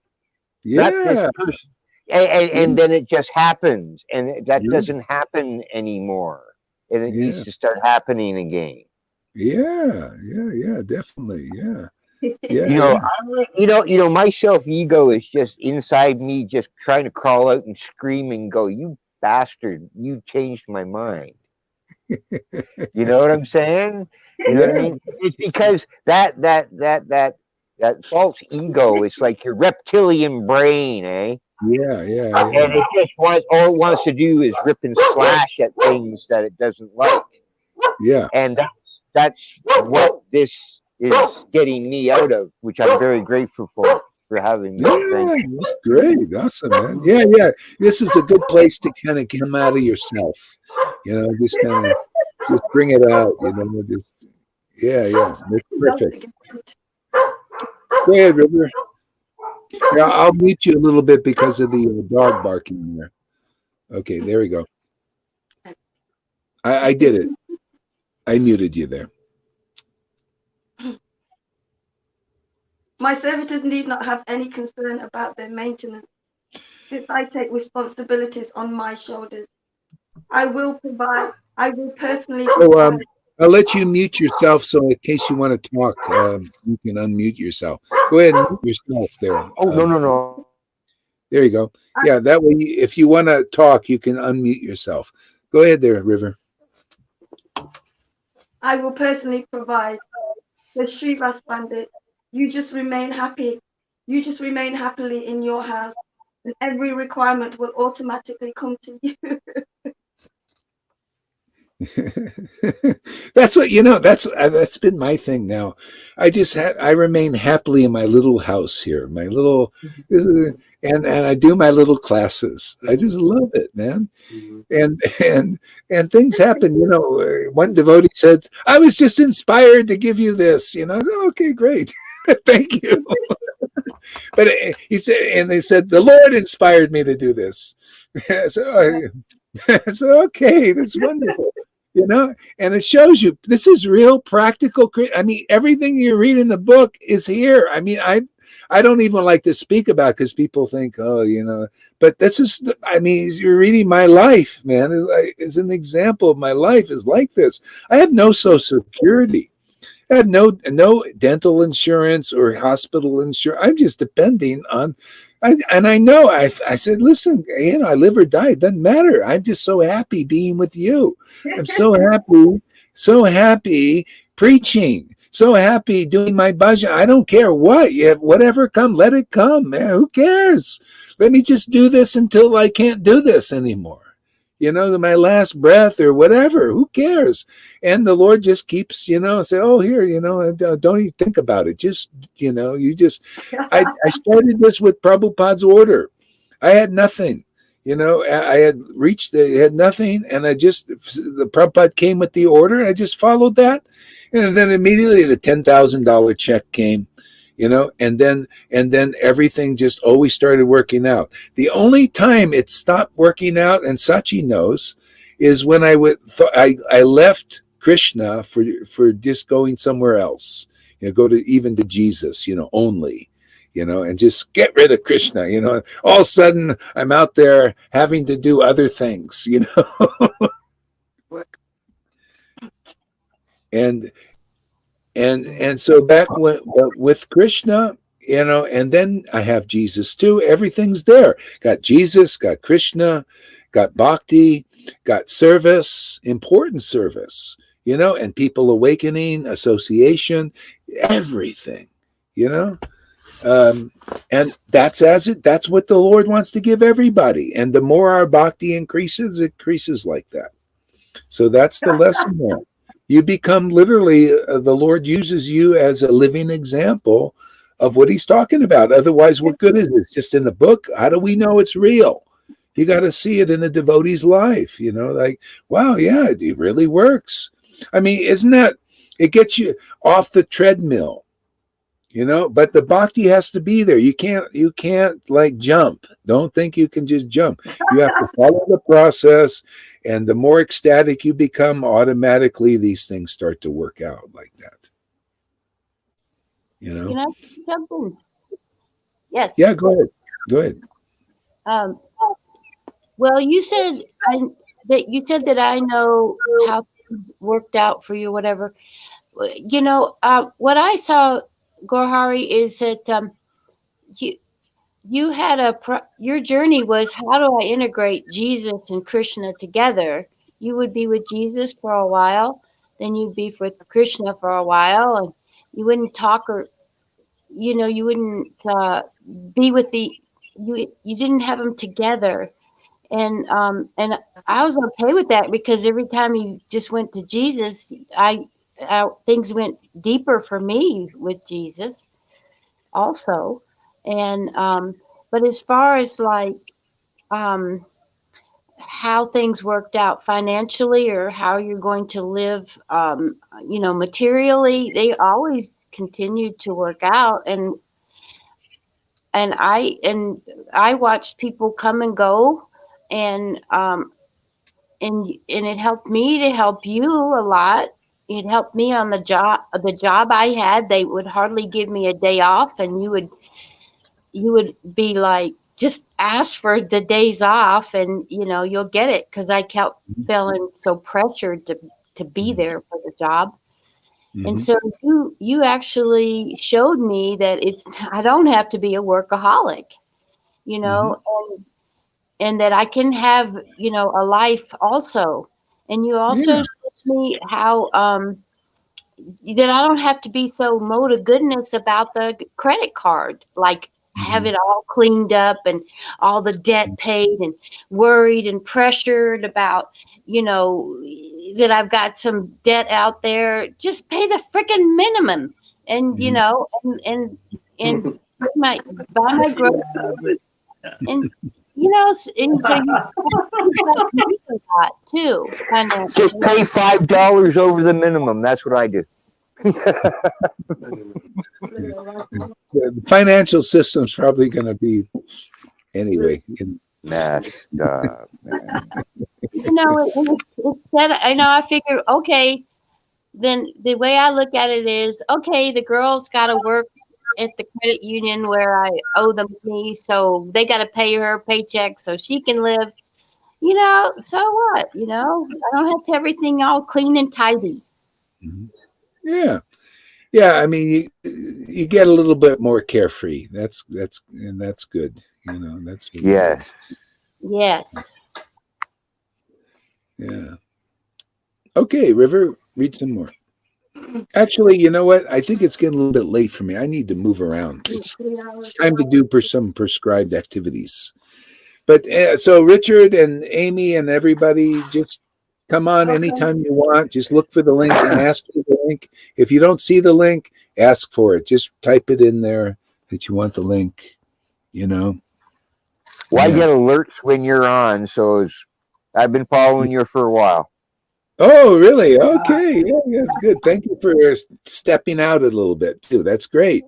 You'll see. Yeah, Keep stepping out, and you'll start to see you'll start growing like in a really wonderful way. Now, this book that's being read from, I've never read that book. Is it easy to get your hands on? Yeah, you can get it on Amazon. Give him the title. Are you friends with everybody here? I don't know if I don't think I'm friends with anybody here. No. Are Oh, you yes, friends with? yes. Can you? Yeah. Oh, yeah. For I can't read the name Melita. Yeah. If you I could will send send me you the information. I will send you the Yes, information. it's because I don't think it's not one of Prabhupada's books, is it? No. It's on Amazon. Give him the exact title, and he can and even maybe show the picture. Because you can get it on Amazon. Because can never read. I love. Yeah, I got to read it, man. Oh no, you're gonna love this book. As a matter of fact, I got to order one from also. It's a really nice. There it is. My favorite. Yeah, it's Chaitanya Bhagavat. It's And really it's old, and it's just one book. It's not like in cantos. one book. Like every book. No. One book. Book. Yeah. So it's good. It's you'll like it. Okay, great. So thank you very much, everybody.